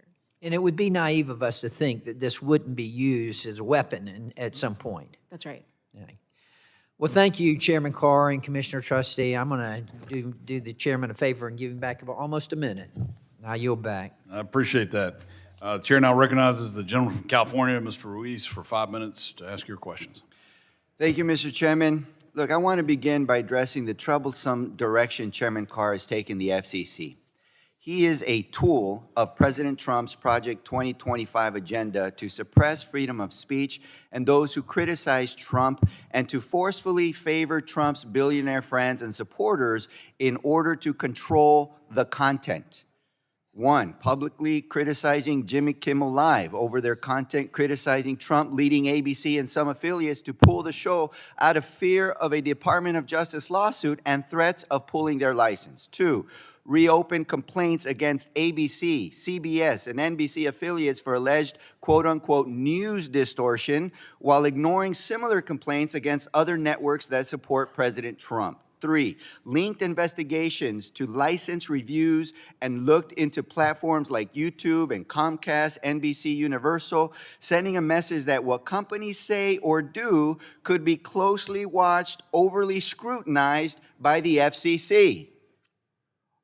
And finally, 4, overseeing and facilitating media consolidation, specifically the proposed Nexstar-Tegna merger, which is owned by one of Trump's besties and supporters and would give one company unprecedented reach to over 80% of households in America, controlling the content, threatening competition, weakening local journalism, and driving up costs for consumers.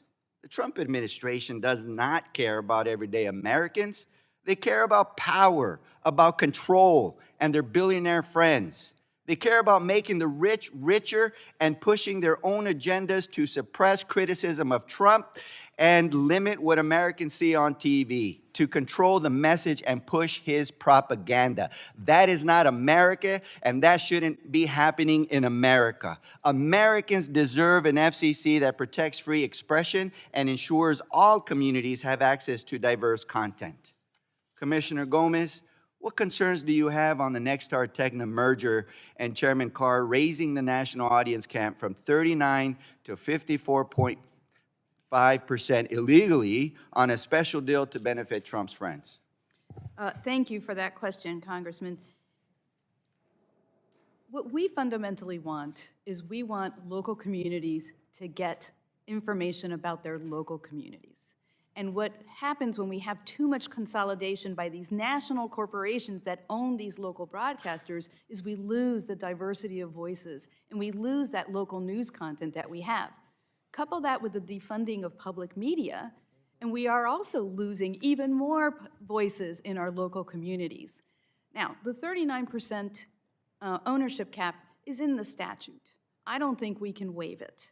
I think it would take an act of Congress in order to allow us to be able to grant a transaction of this size because of the fact that not only is the 39% cap in the statute, it's also, we were forbidden from forbearing from that cap. Thank you.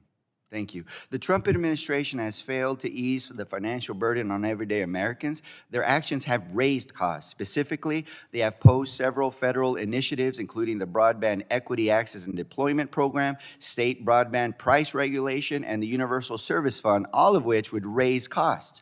One of these programs, the USF, is crucial for ensuring that communities in the Coachella, San Jacinto, and Imperial Valleys have access to reliable and affordable broadband and telephone services.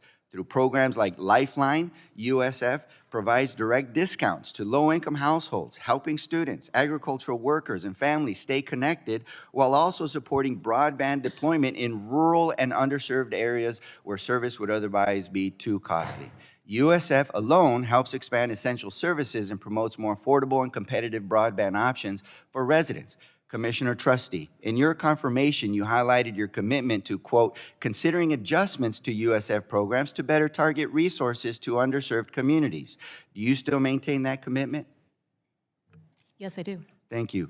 And would you commit to working with members of Congress before the FCC releases any rulemaking or public notices on changes to USF programs? I'm always happy to work with Congress. Will you commit to work before any changes are made? I'm always happy to commit to work to Congress. I'll take that as yes, and I'm going to take your word for it. I'm always happy to work with Congress. Without these programs, households face barriers to education, telehealth, and emergency communications, leaving them disconnected from opportunities in civic life. We cannot discuss fairness and media oversight without addressing the systemic barriers that leave communities behind. And I'm tired of seeing time and time again how the Trump administration hurts Americans and make their everyday life more costly. It is time to hold them accountable. Thank you, and I yield back. Thank the gentleman. The chair now recognizes the gentleman from South Carolina, Representative Fry, for 5 minutes to ask your questions. Thank you, Mr. Chairman. Thank you for the witnesses for being here, Chairman Carr. Commissioners, I really appreciate the opportunity to have this hearing today. Commissioner Trusty, I understand that you recently attended a conference in Dubai, and I'm curious your thoughts on that conference, just briefly, and what we need to do to ensure that the U.S. has a more unified position going into the conference in 2027. It seems critically important, given the conference is being held in China, of all places. Yes, thank you so much for the question. So as you know, the WRC 23 was held in Dubai, and the unfortunate issue for the United States was that we didn't have auction authority, we didn't have a long-term spectrum pipeline, and we didn't have a unified strategy. And so we were sidelined from very important discussions, which meant that we couldn't emerge from that conference with wins.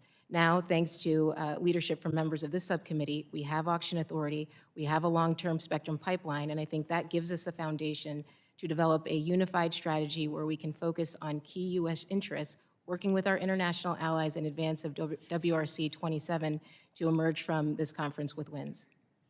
Thank you for that. Obviously, during the first Trump administration, they unlocked additional 6 gigahertz of bandwidth. In 2020, when the first Trump administration made that available, nearly 70 countries followed our lead. Now China is trying to undermine those efforts in Europe, and we're hearing good things, obviously, now out of the Trump administration defending that abroad. But you've talked about the importance of Wi-Fi to the American innovation. Can you explain why it's pivotal that America lead on Wi-Fi?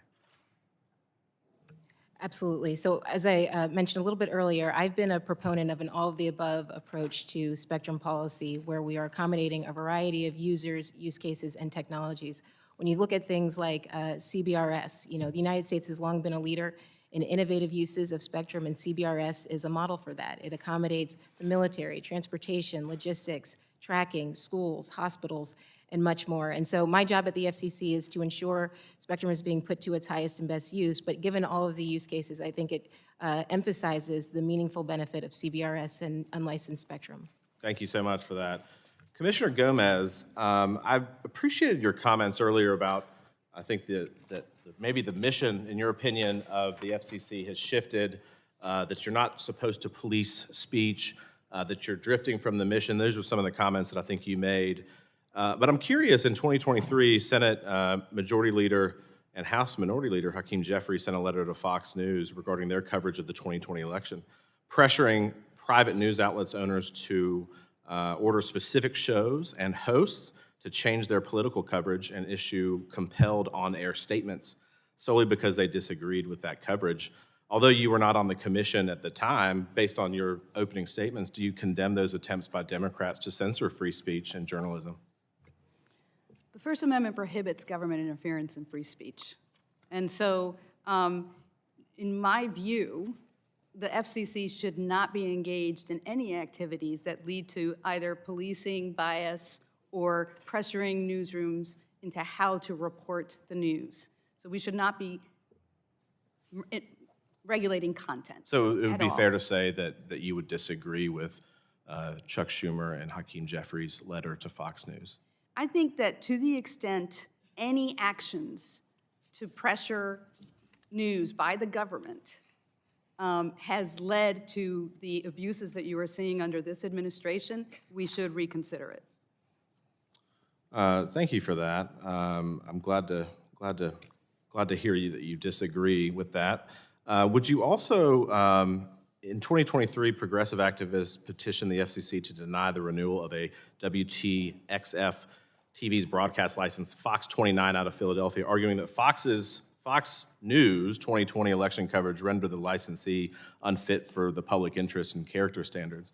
The FCC issued a public notice, treated the matter as a permit but disclosed proceeding, and formally invited public comment on whether Fox 29 license should be renewed. It was only after the 2024 election that the commission dismissed the petition and renewed that license. Commissioner Gomez, during that period when the petition was pending and the FCC was actively taking comments on whether Fox 29's license should be renewed based on coverage, did you issue any public statement condemning the use of the public interest and character standards to attack the station's license over election-related speech? I'm so glad you raised the issue of the Fox petition to deny by an outside party, because it gives me the opportunity to talk to you about what is different today. That was a petition to deny a license renewal, and it was treated like other petitions to renew licenses.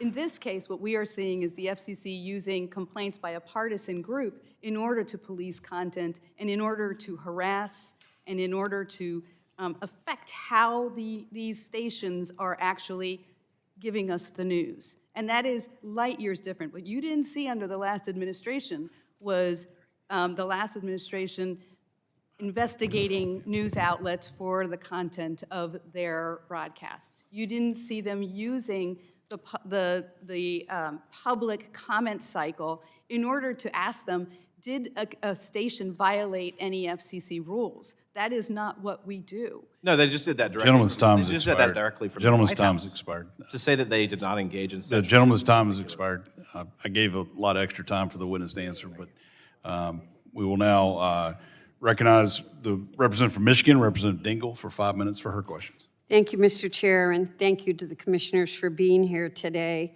This committee has a very serious responsibility to conduct oversight of the FCC. And while we made a lot of progress under the last administration, I'm deeply concerned that under this administration, that the FCC is moving in the wrong direction. I'm going to associate myself with the previous comments by my Democratic colleagues and move to some areas that I'm very deeply concerned about that are impacting people's lives. As vehicles become increasingly connected and reliant on wireless communications, we have a responsibility to ensure these technologies are not weaponized to harm people, especially survivors of domestic violence. Survivors have reported that their abusers have used connected vehicle services to track their movements, stalk them in real time, or remotely disable their vehicles.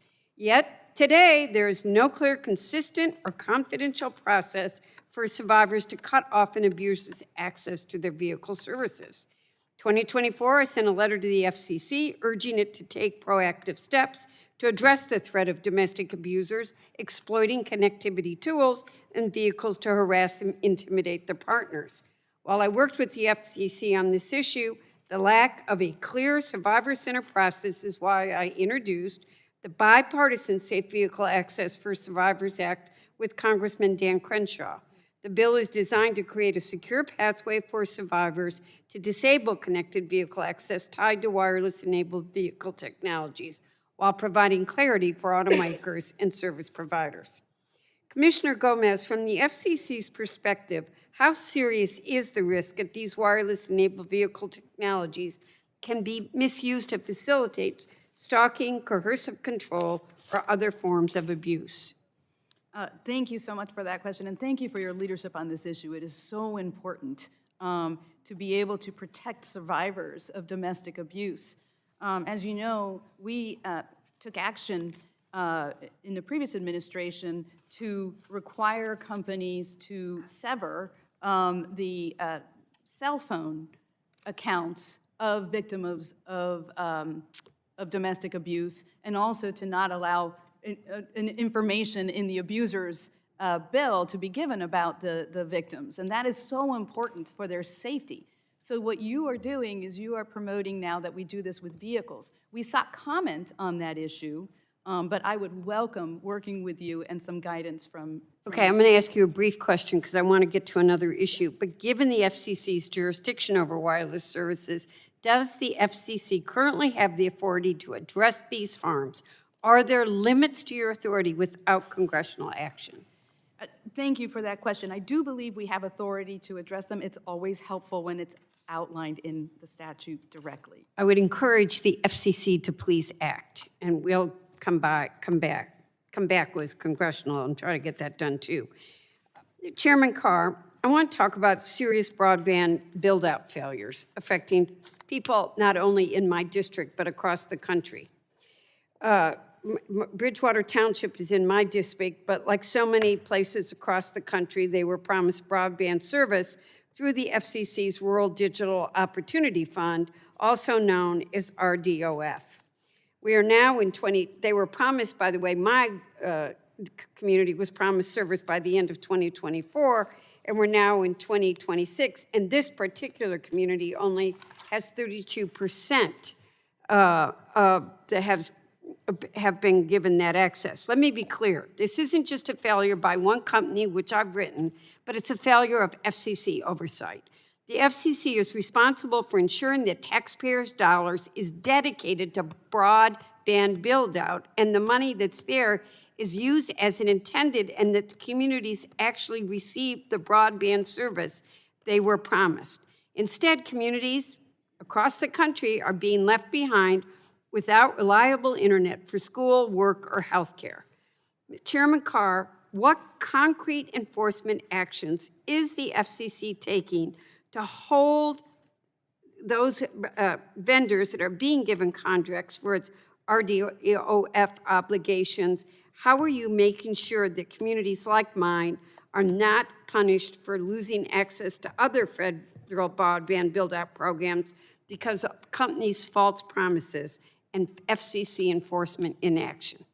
Thank you, Congressman, for the question and your advocacy on this. It's very important that the FCC take enforcement action in those types of cases. And I can assure you that we have a number of enforcement matters going. If you made a promise to a community to deliver, then the FCC needs to hold you accountable to that. We've also been working to make sure that NTI and Commerce, as these BEAD dollars come online, if there's opportunities to pick up communities through that, we should collaborate on that. But my goal is the same as yours, is people should get the broadband that they were promised. Well, I hope the Generally, FCC... his time's expired. I know, but I know you'll look at Bridgewater now, but let's look at all those communities. You're 2 years behind. Thank you. Thank you. For what purpose, gentleman, South Carolina, seek recognition? I have a unanimous consent request. You state the request. See, to add an article into the record titled "Democrats Want Feds to Block Miami Latinos from Hearing Conservative Radio." Without objection, so ordered. The chair now recognizes the gentleman from Virginia, Mr. Griffith, for 5 minutes to ask your questions. Thank you very much, Mr. Chairman, and I apologize to our witnesses today that I had a markup in another committee that I had to be at, so I've got an update on what's going on. Chairman Carr, I represent a lot of small jails that are concerned with the costs of operating a phone system for the inmates, which is a tough balance. I understand the need for prisoners, particularly inmates awaiting trial, to have reasonable communication rates, and I get that, but can you briefly talk about the useful, all of your standards and what you've been doing to try to make sure that smaller jails in rural areas, et cetera, have the ability to meet that balance, to be able to provide it? Because some of my jails have talked about not allowing them, any communication because they can't afford the equipment to make sure that the calls are made in a safe manner and in a proper manner. And as a former criminal defense attorney, I'm concerned because I don't want to have to go to if I were to return to that practice of law, I wouldn't want to have to go to the jail every time I needed to talk to one of my clients. Well, thank you, Congressman, for your work on this. And this is an issue that is very important. It's very complex. As you note, on the one hand, we want to make sure that incarcerated individuals and their families can continue to communicate. At the same time, we have an obligation to jails and the broader community to make sure those communications take place with technology that ensures safety.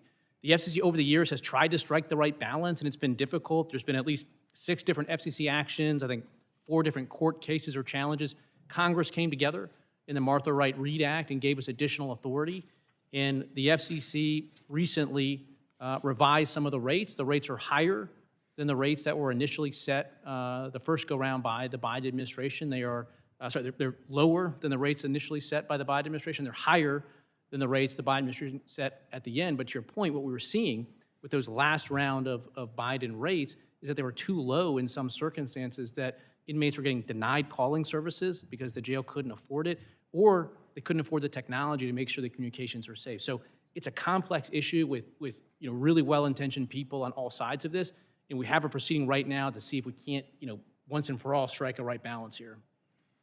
Thank you. And as I said before, I have a fairly rural district. It's pretty large, got some mountains in the way of some of this stuff.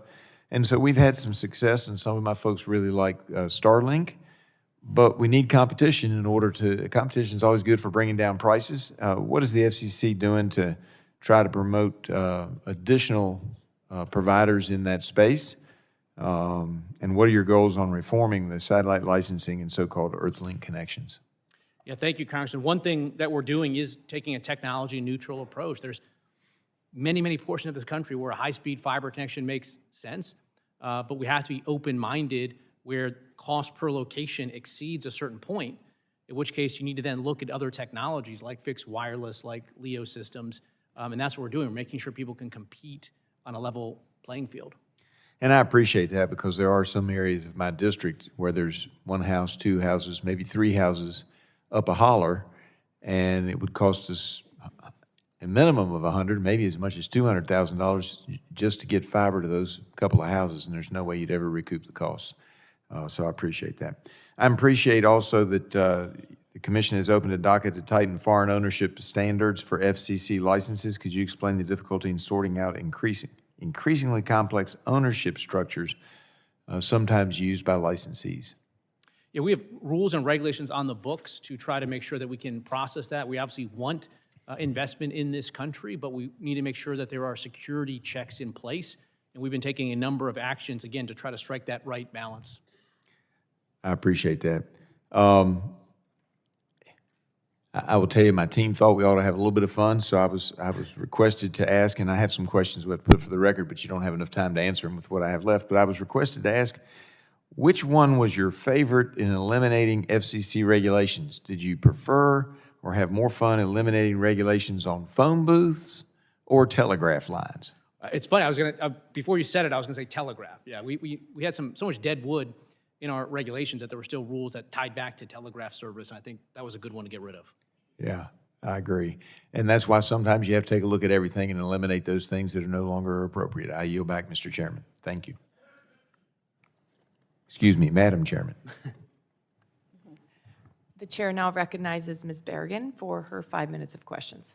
Thank you. Commissioner Gomez, I'd like to start with you and follow up to that last interaction. The chairman said that families should be able to communicate with their families when they're in prison. Wasn't there an effort to raise cost or the caps for prisoners to be able to make calls to their families to make it, which could lead to them costing more, making it more expensive to communicate with family?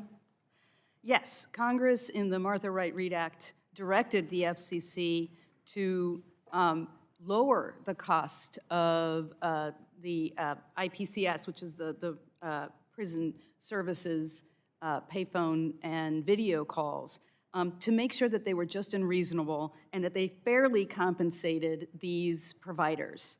This administration, and the last administration did that, we substantially reduced the cost of the calls. We had 3 mandatory data collections to get the correct data so that we could determine whether the rates were just and reasonable. This administration reversed what we did and said, well, we don't have enough data, so we're going to give the payphone providers everything they want.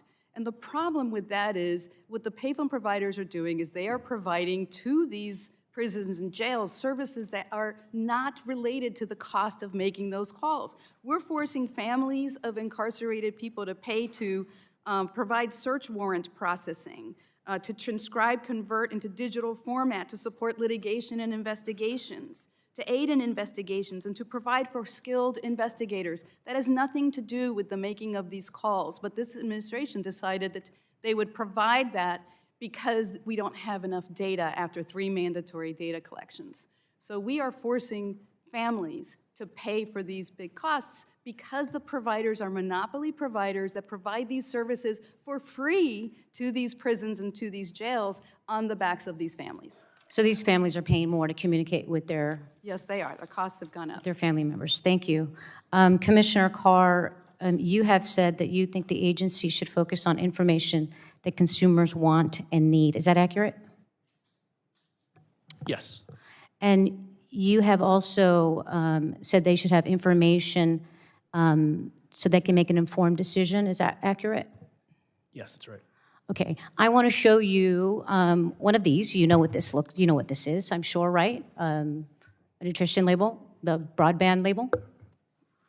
Okay, one of the pieces of this label is an early termination fee on whether there is one or not. Do you see? It's down here. I don't know if you could see it from where you're at, but certainly you must be familiar with that, correct? Yes. Okay, do you believe that consumers should know if there's going to be an early termination fee on a plan that they're signing up for?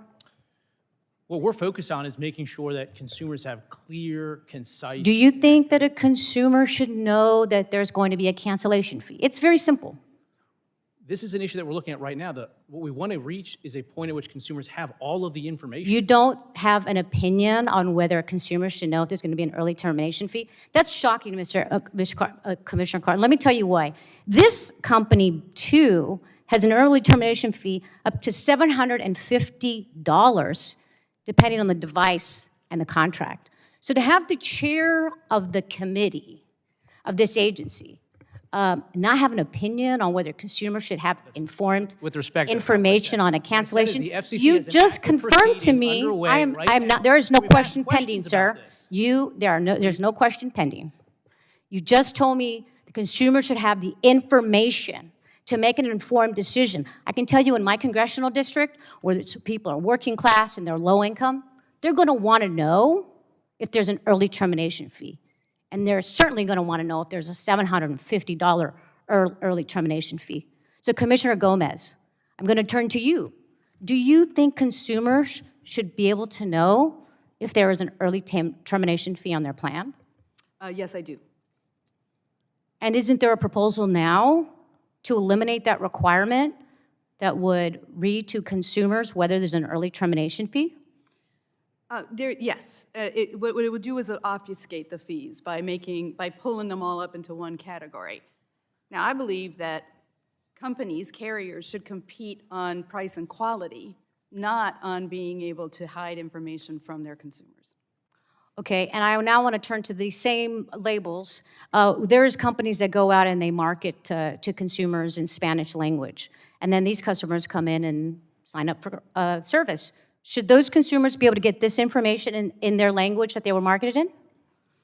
Yes. The proposal that the FCC has just adopted would eliminate that requirement, even though the companies are marketing in another language. Great, thank you. I agree that I think consumers should know this. I would like to enter into the record this article, October 10th, 2022, from The Verge. It's titled, "Brendan Carr Wants to Let Internet Providers Charge Hidden Fees Again."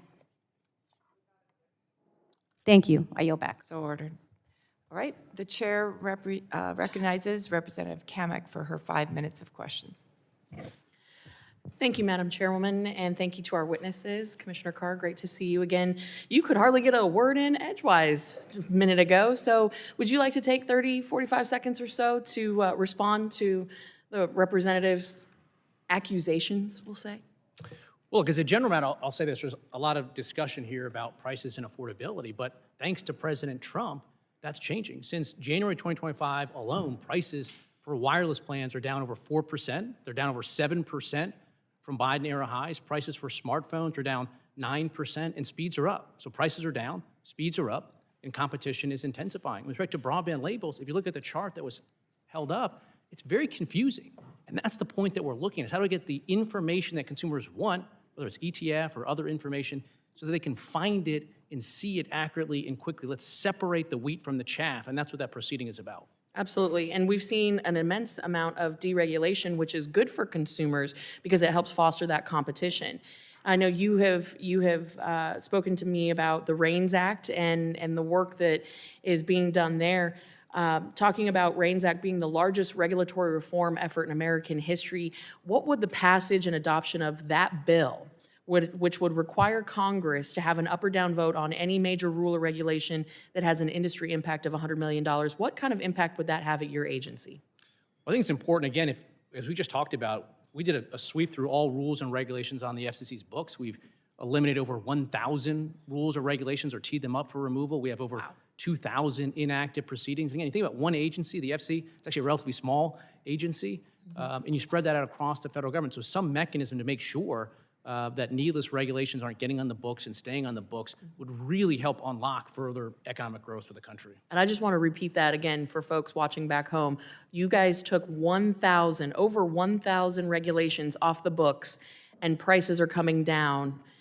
It's almost like the smaller government gets, the better it gets for people across America, right? Right. Okay, I love that. Well, another issue that you and I have talked about, and I know everyone can really understand, is the issue of robocalls and scam texts. I must get half a dozen or a dozen a day, and it makes you want to throw your phone across the room. Talk to me about the work that the agency is doing to stop the scam texts and the fraud that's taking place there, and what authorities or additional authorities your agency would need in order for us to crack down on these robocalls and these scam texts.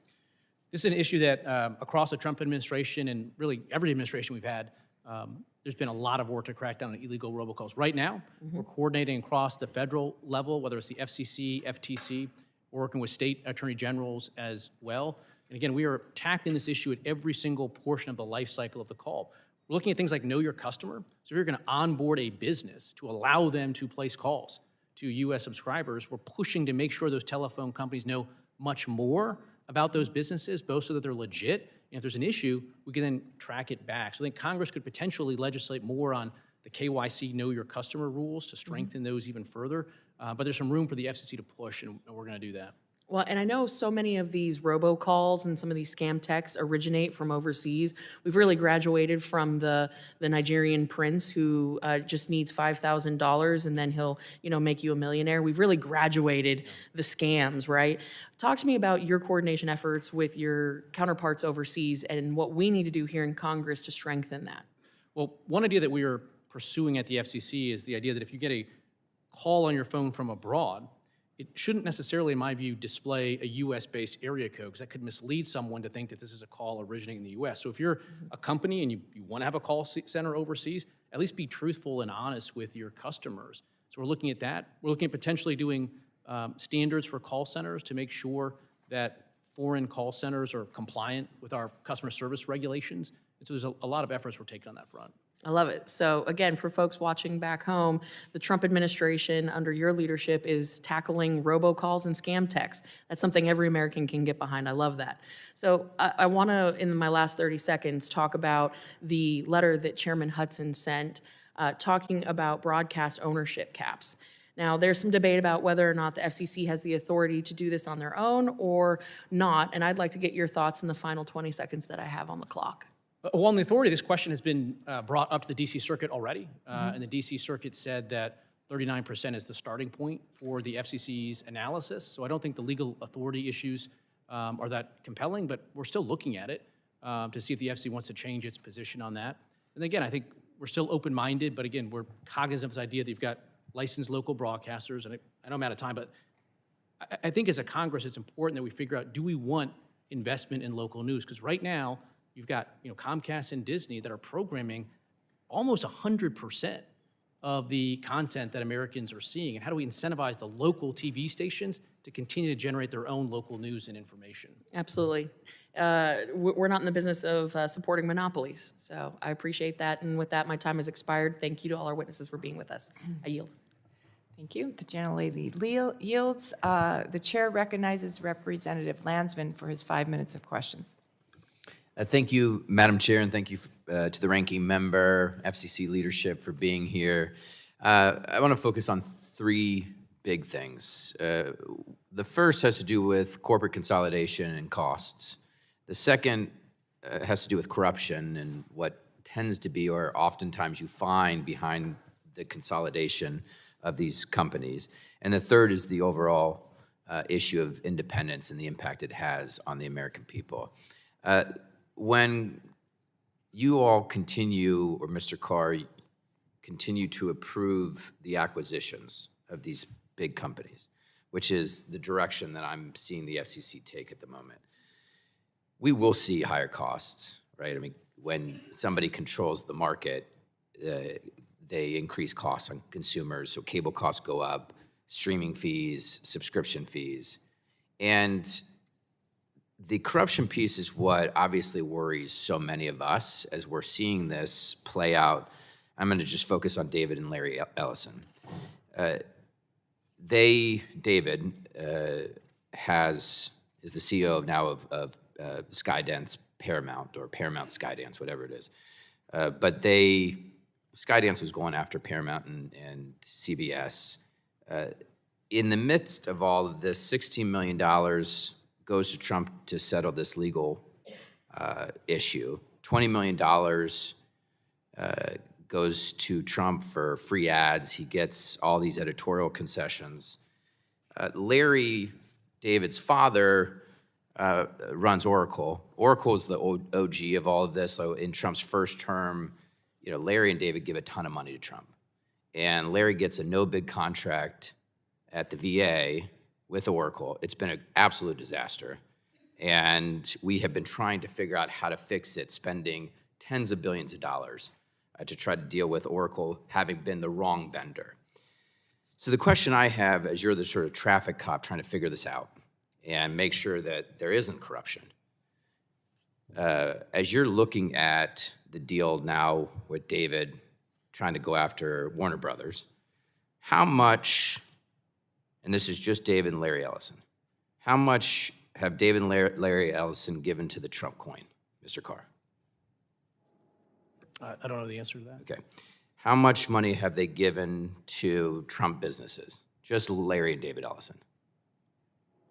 I'm not sure why I would know that information. Last one, Mega, the MAGA Inc., the big, super PAC. Do you know how much money they've given? No, sir. So the reason you should know, and the reason the American people should know, is because ultimately you're going to weigh in on these acquisitions, and there's going to be questions about whether or not there's corruption behind these corporate mergers. So it's really important for us to know how much these people are giving to the president. On the issue of independence, the concern is, and Ms. Gomez, just very briefly, what is the impact to the American people when we don't have an independent FCC? Just how does it hurt them? It's important to have an independent FCC because we are an expert-driven body that is supposed to make decisions based on our technical expertise, and also to have the respect, both domestically and internationally, of those that we regulate and are those with whom we work. When we lose that, people will second-guess everything we do because they will just assume we are controlled by the whims of one person. So to that point about the being controlled by the whims of one person, Mr. Carr, and this is where, you're probably going to hate this question, but it's a genuine question that we're all struggling with, is when we see the administration folks go out and do some of the stuff on behalf of the president, do you go after the media folks to keep Trump happy because that's what's key to keeping your job, or are you genuinely going to punish them for criticizing Trump? The FCC has an obligation to make sure that broadcasters comply with their public interest obligations. Broadcast licenses, are not property rights, and there's things you can do to lose your broadcast license.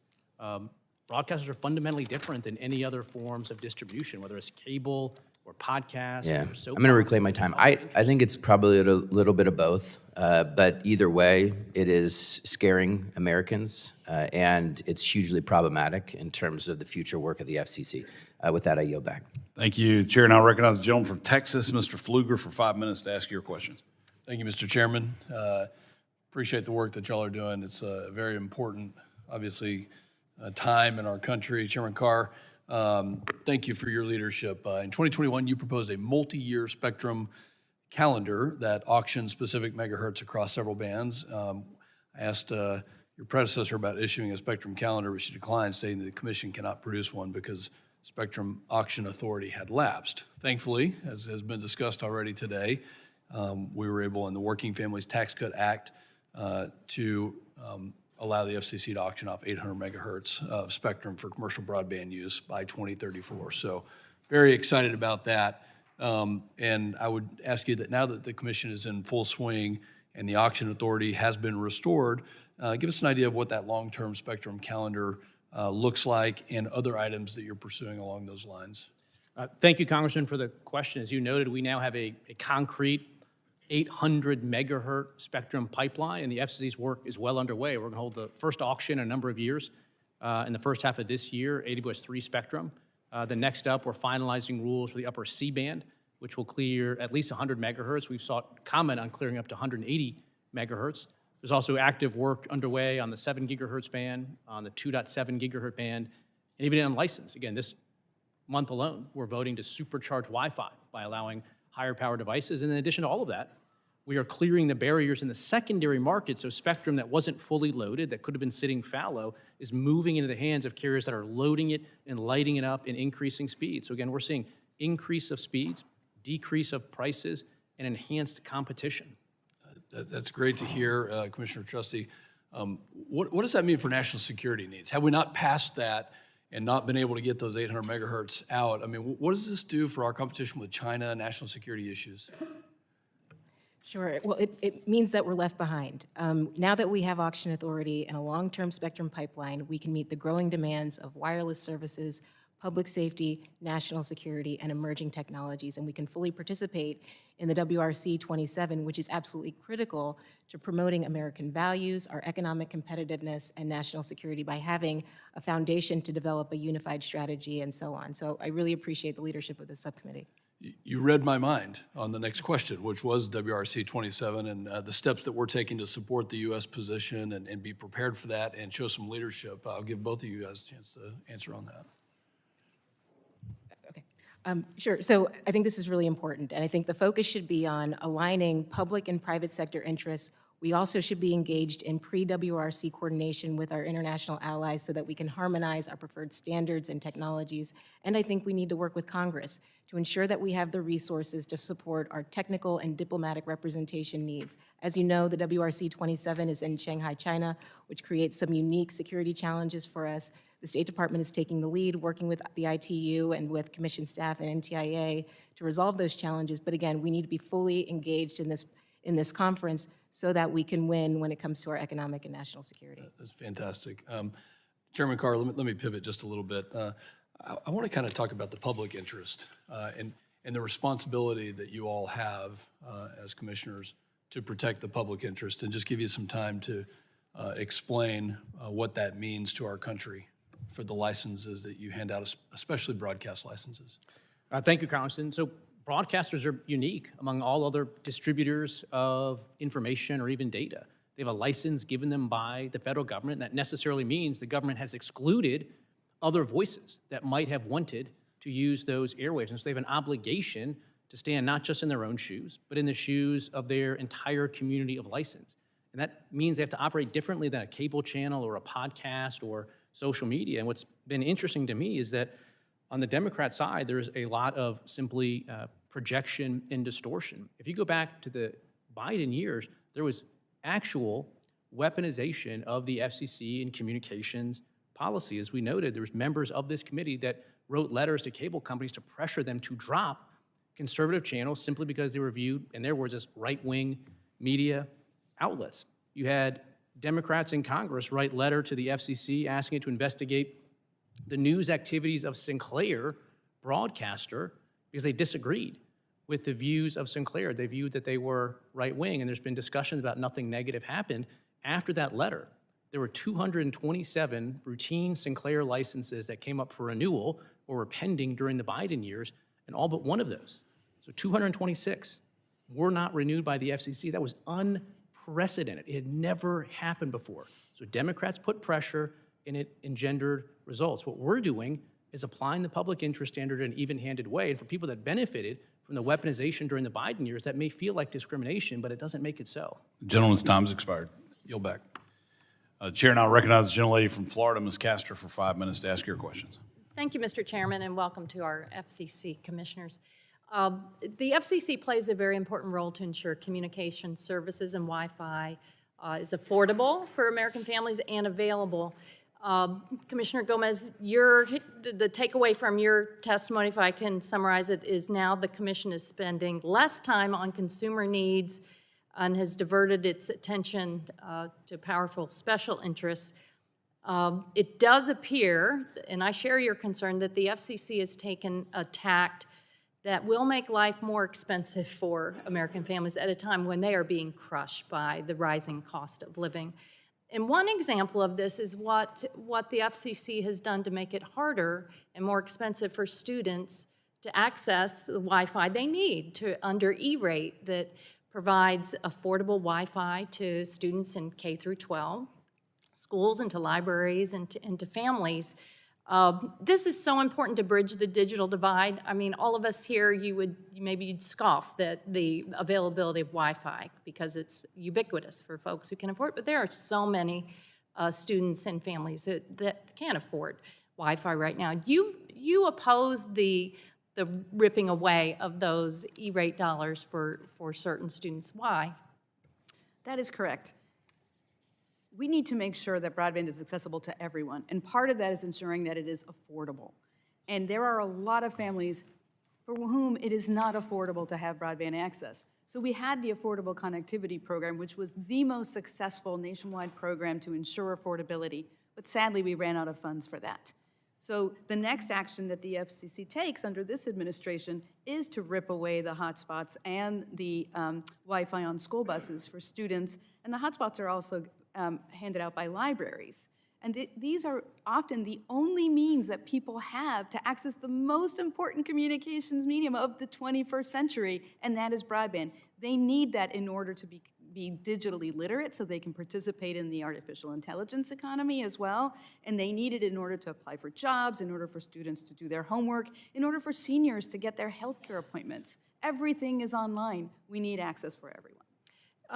And rather than focus on lowering costs for Americans, it is very concerning that the FCC chair is using the regulatory power to stifle criticism of the president and change news coverage to please the president.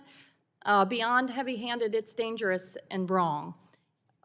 Going back to the Skydance acquisition of Paramount and CBS, Chairman Carr blatantly acted to enrich the president and to boost him. After months of regulatory delay, FCC approved the acquisition just days after Paramount agreed to pay $16 million to settle the president's meritless lawsuit attacking standard editorial edits at 60 Minutes. And then in exchange for obtaining FCC's approval of this deal, Trump was also offered $20 million in free advertising and a host of dangerous editorial concessions, including a promise to root out perceived bias, align its editorial practices to better suit the Trump administration's political agenda, and hire an ombudsman to police the news organization's editorial choices. This was a bribe by any other name. And Chairman Carr rubber stamped it. The consequences of these concessions were on full display last month when the new CBS News editor-in-chief pulled a 60 Minutes story on allegations of abuse at an El Salvadorian prison where President Trump has deported hundreds of Venezuelans without due process. Notably, President Trump had numerous conversations with David Ellison, now chairman and CEO of Paramount Skydance, and his father, Larry Ellison, executive chairman of Oracle, leading up to the merger's approval. But conveniently, none of these interactions were memorialized in the FCC's docket as required by law. Corruption out in the open does not mitigate its odious nature. And Mr. Chairman, the American taxpayers deserve so much better. I yield back my time. Thank you. The chair now recognizes the gentleman from Texas, Mr. Goldman, for 5 minutes to ask your questions. Thank you, Mr. Chairman. Thank you very much. Thank you to all the panelists for being here. Chairman Carr, broadband deployment, obviously a major thing in Texas, especially rural Texas. Can you give us an update of where we are on broadband deployment across America, but mainly in rural America? Thank you, Congressman. Thanks for your leadership on this issue. We are very quickly turning things around, and the Commerce Department has this $42 billion program that they have righted the ship on, and we're moving forward with that. We're engaging in permitting reform at the FCC. We have a universal service program that is supporting high-speed builds, and we're bringing new technologies into the market. This next generation of connectivity includes connectivity directly to your smartphone at a high-speed internet level to a low Earth orbit satellite. And we're taking steps right now at the FCC to position the United States to lead the world in this new technology. So we're seeing more competition coming online. That's why, again, you're seeing prices going down, speeds coming up, competition enhancing. There's no way we're raising the mission accomplished flag. We have to keep pushing harder until every single community has what they need for next generation connectivity. And so looking towards the future, what are we looking at? Months, years, to have better connectivity across America? What, in your mind, what does that look like? We're seeing it right now. We're seeing it this year with shovels going into the ground. We're seeing it with the secondary markets as we're encouraging spectrum to move so that it can be loaded up. And right now we have secondary market transactions that folks are turning on their new cell sites immediately. Just one provider last year took spectrum they gained access to that year alone and lit up 23,000 new cell sites, boosting speeds by 80%. So we're pushing on this from a new technology perspective, from a funding perspective, in coordinating with the other components of the federal government that also have funding. Okay, thank you. And I was going to ask before Representative Kambeck did about robocalls. Anything further to expand on what we can do to, I mean, there are many constituents of mine that would love to eliminate robocalls. Is that even a possibility, or how can we do a better job of making sure that our constituents aren't bothered by robocalls? Yeah, robocalls are a significant technological challenge. Historically, it felt like at the FCC was a game of whack-a-mole. We'd find one technology, one type of scam, and we'd shut it down. Right now, what we're trying to do is get down lower and look at every single portion of the life cycle of a call and take action, including making it clear that if you're not doing your part as a carrier, you're going to get kicked out of the robocall mitigation database, which effectively makes them unable to deliver traffic. And we have a particular focus right now on foreign-originated robocalls as well. Great, thank you. I know you've heard from the Texas Farm Bureau in regards to your drone ban. Can you speak upon that, and is there a solution inside? Obviously, many Texas farmers and ranchers like their drones and like flying them. It's better for their operations. Can you speak about the ban, and is there a solution for the farmers and ranchers of Texas in using drones? At the end of last year, national security agencies came together and made a determination, a specific determination that foreign-produced drones presented an unacceptable threat to U.S. national security. And President Trump has been clear that we are going to reestablish American drone dominance. We've taken a couple steps. One, because of that national security determination, we added foreign-produced drones to our covered list, but that doesn't mean that consumers that have these drones today can't continue to use them. They can continue to use them today. In fact, if you have a model that was already authorized by the FCC, you can buy a new version of that same model device. The cover list only applies to new models that might seek authorization in the future. Subsequently, we've also taken some additional action from advice by the Pentagon and others, DHS, that drones that are on the UAS blue list are cleared to go through the process. We've also created a mechanism where people can petition for additional clarity around the types of drones. So again, if you have a drone today that you're using, you can continue to use it, and you can even buy another one of the same drone you have today under the same model number. Great, okay, thank you very much. And you were recently at the Consumer Electronics Show? Yes, what was the coolest or scariest thing you saw? Well, I think, one of the things I'm most excited about is AI continue to be embedded in new technology. And again, President Trump has made clear that the U.S. is going to lead the world on this. And we have a job as sort of the pipes and tubes people to make sure that we have those high-speed internet connections so that AI can flourish in this country. Great, thank you. Mr. Chairman, I yield the balance of my time. Thank you. Thank you. Chair now recognizes the gentleman from New Jersey, Mr. Menendez, for 5 minutes to ask your questions. Thank you, Chairman. In today's world, high-speed connectivity is no longer a luxury. It's essential to how Americans work, learn, access health services, and stay connected to their families and communities. Expanding affordable high-speed broadband access across the country is essential to ensuring that American families can thrive in the digital economy. Commissioner Gomez, just yes or no, is the FCC's role to ensure that every American, regardless of where they live or their background, has access to reliable high-speed communication services? Yes.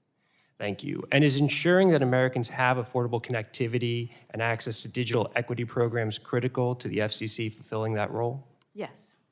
Thank you. Before President Trump appointed Chairman Carr head of the commission, the FCC made real strides in expanding broadband access. Since then, many of those critical efforts have been stopped or been rolled back. Commissioner Gomez, would you say the FCC's rollback of programs and initiatives that support affordable broadband and digital equity has undermined the FCC's mission to deliver broadband access to every community? I would. Thank you.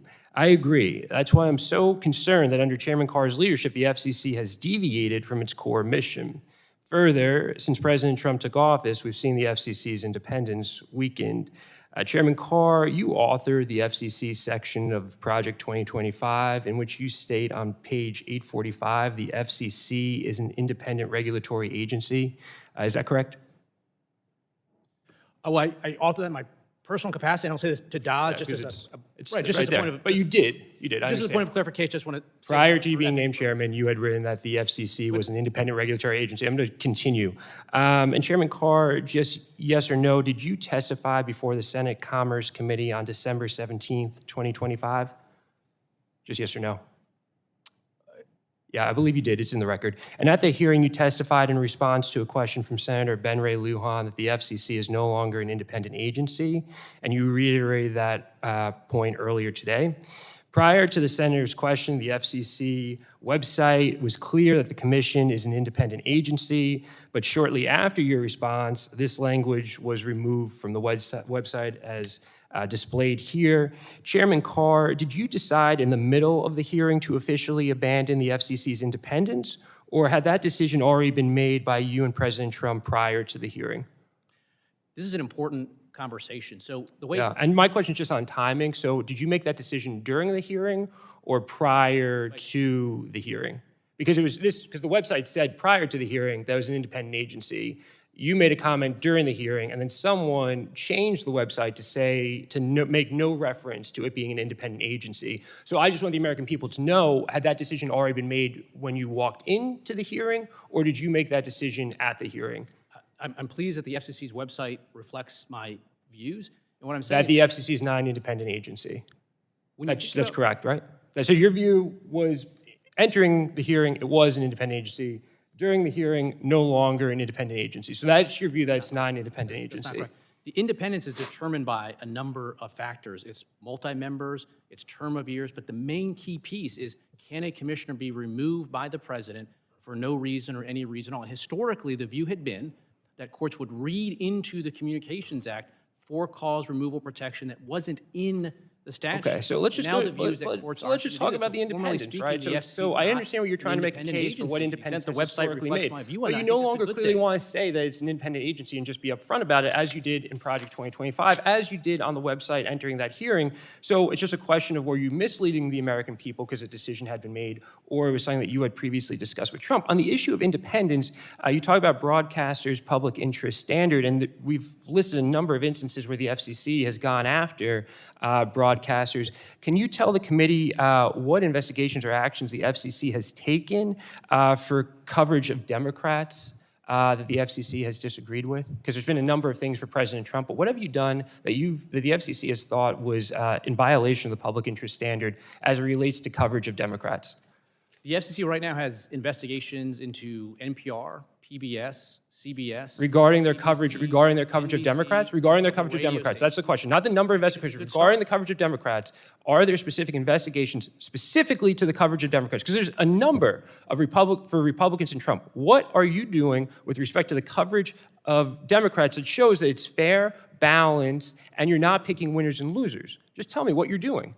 We don't have investigations that are targeting Republicans or Democrats. We have investigations. No, but you've been that clear focus about on this. public I mean, you've been lauded by the president for going after people who disagree with the president's policies or who articulate positions that differ from the president's policies. I'm just wondering, to show that you're balanced, what are you doing to show the American people that you continue to be an independent agency by going after agencies, broadcasters in a fair and balanced way? We know you're not, and that's why I'm glad that you're here, but we need to have more of these conversations. I yield.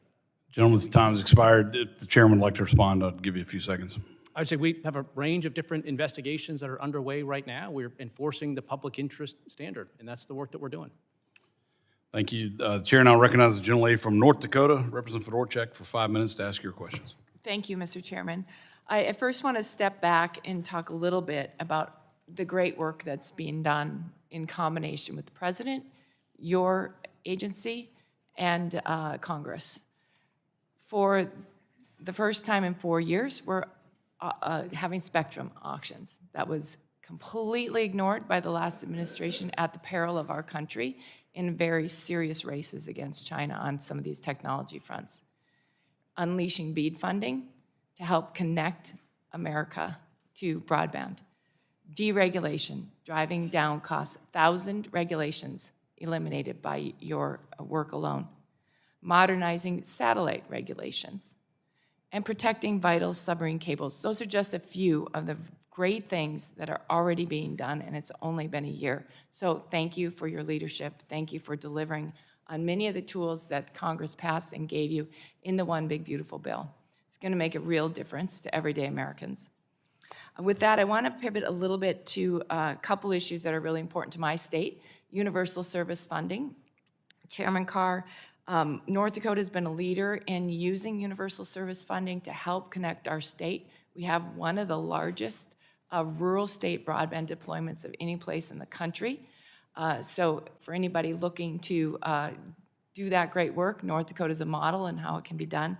But moving forward, there's still a lot of uncertainty in the long-term plan for securing universal service, the Universal Service Fund. How should we be thinking about this, and what should Congress be doing? What sort of recommendations do you have? Well, thank you, Congresswoman. Thanks for your leadership. I had the chance to visit North Dakota and see the great progress that's being made there, and obviously there's much more work we need to do. There's several actions we're taking on universal service. One is taking a look at our high-cost programs and how do we make sure that in this idea of a high-cost 2.0, what does the future of high-cost support look like? And we're going to be asking some questions about that. We're also looking at ways to make sure we bring new technologies online, including low Earth orbit satellites, freeing up spectrum, and permitting reform. I think all of those combined is why you see us finally turning things around, with prices coming down, with speeds going up, and with construction projects finally getting underway.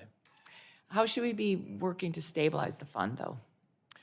The bicameral working group that the House and the Senate is involved in, I think can play a really constructive role. We talked in the Senate hearing at the end of last year about the FCC collaborating with that group, and I think we're going to start that process potentially as soon as this month to make sure that we're coordinated there. And the timeline on that, how urgent is it to get some certainty here in this long-term funding pool? Yeah, when you look at the life cycle of investments, particularly for rural broadband, it's over many, many years. And so we need to be able to step in and provide that long-term sustainability for these programs. Okay, very good. I want to pivot a little bit. You mentioned the low Earth satellites, low Earth orbit satellites. The University of North Dakota just last year launched its Rhodes satellite mission, which established a dedicated satellite operations training facility at the University of North Dakota. I'd like to see more of this type of work, particularly with regard to competing with China. So how should Congress think about the FCC's role in this space, in particular in relation to competition with China and around the LEO satellites, Earth stations, and ITU coordination? Well, China's made clear that they want to dominate when it comes to the delivery of next-gen services from space. They are predictably copying a lot of the technologies from U.S. providers. So one thing we have to do is go as fast as we can, so there's nothing holding back America's innovators from launching new satellites, next-generation satellites, and that's what we're doing. We're clearing out backlogs, and we're moving much faster. Are you working on the satellite licensing timelines as well? I've heard that that's a program that's often a source of delay. It's true. We're now working on a couple fronts. One, to eliminate whole categories of things that don't require either licenses or don't require certain types of lengthy coordinations. We're taking them out of the system, and we're moving to what we describe internally at the building as a much more assembly-like process, assembly line-like process, so that we give people clear parameters to shoot for with their applications, and they hit the mark, and it moves on, and get away from sort of a bespoke review process that slowed things down. We're seeing results. Again, this latest generation constellation that we approved, we went in about half the time as the prior one. Very good. Mr. Chairman, if you need more tools from Congress, we're here to help. So thank you for your work. Mr. Chairman, I yield the remainder of my time. Thank you. The chair now recognizes the gentleman from Louisiana, Mr. Carter, for 5 minutes to ask your questions. Thank you, Mr. Chairman and ranking members. Over the last year, the Federal Communication Commission, under Brendan Carr's leadership, has recklessly abandoned its core principle to operate as an independent agency. Instead, it has weaponized its power to bully news organizations and broadcasters that disagree with the president on his political agenda. That's unfortunate. I stand firmly against this misuse of federal power to suppress free speech and will fight to protect everyone's First Amendment rights. Mr. Carr, at one point it appeared that you appreciated the First Amendment. At one point, it appears that you recognize its value. Somewhere along the line, you appear to have lost your compass. That's unfortunate, because the American people deserve better. The American people deserve freedom of speech that allows expression without fear of retribution. That is not the America that we should have. We have a rule of law. We have a constitution. We have those protections, and unfortunately, sir, you have failed in the regard of protecting those rights.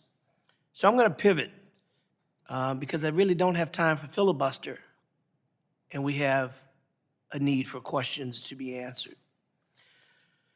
Commissioner, as the co-chair of the Wi-Fi caucus, I'm encouraged by the FCC's continued commitment to dedicating the 6 gigahertz band for unlicensed use, which is essential for Wi-Fi technologies. How critical is it for the FCC to ensure that sufficient spectrum remains available for unlicensed use to both support the continued growth and innovation of Wi-Fi technologies and to help U.S. remain competitive with China in the development of cutting-edge wireless technologies? Thank you for that question. You know, unlicensed spectrum was an experiment decades ago when I still worked at the FCC, and it has turned out to be an enormous benefit for our economy, for our global leadership in spectrum and in technology. So it's important that we have sufficient unlicensed spectrum for Wi-Fi and other such uses. What would happen in the case if we didn't have, if there wasn't enough unlicensed spectrum accounts to anticipate increased usage in Wi-Fi? Well, we don't want to choke off other services. For example, we all have Wi-Fi in our homes. Well, it does us no good to have gigabit speeds if we don't have Wi-Fi that's capable within our own homes to give us the benefit of those gigabit speeds. It's also just really important for innovation. We have amazing innovative services that use Wi-Fi and use connected devices throughout everything we do. And so we need to make sure we have sufficient spectrum to make sure that we can continue to evolve these technologies and support them. So of late, we've heard the discussion about affordability, the importance of affordability, the importance of making sure that we see these tools that are no longer something that is a luxury, but is a necessity. How does preserving, expanding access to unlicensed spectrum help advance affordability and digital opportunity for rural and underserved communities like that of my district? Yeah, Wi-Fi is a very important tool for giving access to everyone who needs access to broadband. Whether we get them through our library or we have students that are sitting in the parking lot of a McDonald's in order to access broadband, what Wi-Fi has enabled is this type of accessibility, and it's very important that we continue to support it. Under the Biden administration, Louisiana, I'm very proud to say, was number one. We were ready. We were ready for shovels in the ground with the BEAD program. Under the Trump administration, there was a drastic halt. And as a result of that halt, although it was said that it was intended that it was going to make things better, faster, we had taken too long, quote unquote, but Louisiana was first, was ready. Our Republican governor hailed this as one of the most monumental infrastructure advances in Louisiana. Yet now we hear that from my colleagues, I think Mr. Latta said a little while ago that thankfully we were able to stop this because things weren't moving fast enough. Well, in fact, we were moving fast enough, and we had done all of the legwork through a Democratic governor and a Republican governor, only to be halted by this administration, which leaves us now with a far less superior product that's going to ultimately cost more money, and the people will get less service and an inferior product. Real briefly. Gentleman's time's expired. I'll allow the witness Let to her answer. Thank you, sir. I'll follow up. Oh, am I allowed to answer? I'm sorry. Yes, Take a few seconds. Very quickly. Yes, we are over a year since this, or about a year since this administration took over and complained about the amount of time that it took to deploy under the last administration, and yet they've now effectively added yet another year. So I am concerned that this administration has a race to the bottom in terms of what technology it's going to use to provide broadband service, and I'm hopeful that the end outcome is that everyone gets the broadband they need to participate in the artificial intelligence economy. And Mr. Chairman, I'm going to submit for the record and ask that you have an opportunity to answer, because obviously Next Gen 911 is a huge issue, making sure that we're providing opportunities for law enforcement to actually be able to access the greatest technologies that we have when, in fact, today, they can't. I agree with you. That's why I let you go a little extra, but thank you. The Chair now recognizes the gentlelady from Indiana, Ms. Houchin, for 5 minutes to ask her question. Thank you, Mr. Chairman. Thank you to the ranking member for holding today's hearing and for the witnesses for being here. The Federal Communications Commission plays an integral role in closing the digital divide, promoting competition, and ensuring Americans can access reliable communication services that are essential for work, education, healthcare, and public safety. I'm especially glad to welcome Chairman Carr and Commissioners Trusty and Gomez from the FCC here today. I also want to just commend the Trump administration for finding $21 billion in savings under the BEAD program, which I know was under Secretary Lutnick, but I do hope that that $21 billion in savings on the BEAD program will be put toward deployment in a technology-neutral way, and that it might go even to updating our national broadband map, which is what I want to focus some of my comments on today. One of the most, I think, underappreciated tools the FCC manages is the broadband map. We relied on it when I was a state legislator as we were trying to roll out a broadband grant program that would avoid overbuilding in areas that already had access. It's a map that is increasingly relied upon, not just by the FCC, but by other federal agencies, state broadband offices, and communities across the country. It really shapes where taxpayer dollars go, how programs are designed, and again, preventing overbuilding and making sure that we're actually reaching unserved Americans. But the map is inaccurate, and if it's inaccurate, then everything down from it is at risk. In April of 2025, the GAO warned that federal agencies are directing tens of billions of dollars in broadband funding based on the map, despite concerns about the accuracy of the data. The report issued 6 recommendations for the FCC related to broadband mapping and improving interagency coordination. Chairman Carr, where does the FCC stand today on implementing GAO's recommendations, particularly validating true access to broadband and strengthening the map? Well, thank you, Congressman, for your leadership, including on these critical rural broadband issues. The FCC is working on all the recommendations there, and one thing that we have is we have a coordination agreement with NTIA and others to make sure that we're getting all of the data put in the map. For instance, as you've indicated, there's dozens and dozens of different broadband funding programs out there, and we can make sure they all funnel their information through a single map that'll really help improve.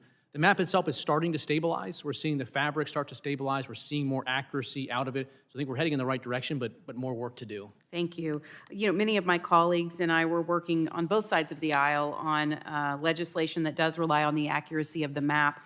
That includes my Data Bridge Act, which directs the FCC to incorporate USDA cultivated land data into the national broadband map. And this is important because in rural and agricultural areas, we want to make sure that's mapped accurately so that funding reaches an entire farm or field, not just a farmhouse address, and supporting connectivity in modern agriculture like precision ag. In the time I have remaining, I do want to pivot to the broadcast policy, Chairman Carr, specifically the broadcast ownership cap. It's clear the landscape for media has changed over the last several decades, and many young Americans never experienced broadcast television, moving the rabbit ears on the television so you can get your 5 stations that you could watch. And many Americans really don't know the difference between Fox News Channel and Fox 59. Under the broadcast cap, what is the impact to local broadcasters if the cap is expanded or not? Why is that an important conversation to have? And a follow-up question, and I'll give you time to close out. If big networks like NBC News, if they wanted to just get out of the broadcast business tomorrow and sell to conservative stations or any stations like a Fox or a Sinclair, wouldn't the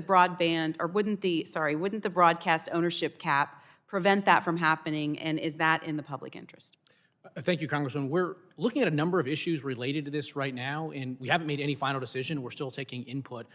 I think one of the things that I've been concerned about, to your point, is you have these licensed local broadcast stations that are supposed to be serving the needs of their individual communities. But over the last dozen-plus years, you've seen these large national programmers, Comcast and Disney, that have just come to dominate those local TV stations. So when you turn on your local TV stations, almost the entire time now, you're just viewing programs that have been produced in New York and Hollywood. And so we're looking at ways, structurally and otherwise, to potentially insert some more competition. Because I think, again, if we care as a country about local news and local reporting, we want healthy local news stations, and it's expensive to produce local news. At the FCC, we had this before. We had rules relating to investment in local newspapers, and we left those rules in place, and over time, you saw investment decline and now the shuttering of local news. So the touchstone has to be localism, whether we go forward in this proceeding or not. We haven't made that decision yet. Thank you, Mr. Chairman. I look forward to continuing to work with the FCC on broadband policies, ensuring that the data is accurate. I want to give a shout out to Commissioner Trusty for her work on Data Bridge. Thank you. I do know that my community does appreciate their local news, and I look forward to continuing to work together. Thank you, Mr. Chairman. Thank you. Chair now recognizes the gentlelady from Illinois, Ms. Kelly, for 5 minutes to ask your question. Thank you, Chair Hudson and Ranking Member Matsui for holding this morning's hearing, and thanks to our witnesses for participating. This past year, the Trump administration has threatened platforms' ability to responsibly moderate content by unlawfully weaponizing independent agencies such as the FCC. Rather than protecting consumers or fostering competition, this agency is now being weaponized in a calculated effort to sabotage the decisions of private entities and undermine online free speech. The FCC has repeatedly claimed to oppose censorship, yet its recent posture towards Section 230 of the Communications Act reflects a sharp departure from the agency's traditional scope and legal limits. That inconsistency undermines public trust and places us in dangerous times. Chairman Carr, in Project 2025, you wrote the chapter on the FCC, in which you called for revisions to parts of Section 230 to counter what you saw as censorship and bias against conservatives by large technology companies. Chairman Carr, in Project 2025, you wrote the FCC has authority to interpret that law and thus provide courts with guidance about the proper application of the statutory language. Your writing is also consistent with the FCC's General Counsel's 2020 legal opinion that the FCC has the authority to interpret Section 230. But there is no language in Section 230 directing the FCC to enforce this law. And even if the language is ambiguous, in June 2024, the Supreme Court overturned Chevron deference and stated that courts need not and may not defer to an agency's interpretation of the law simply because a statute is ambiguous. So Chairman Carr, just yes or no, does the FCC still have the legal authority to interpret Section 230? Just yes or no, please.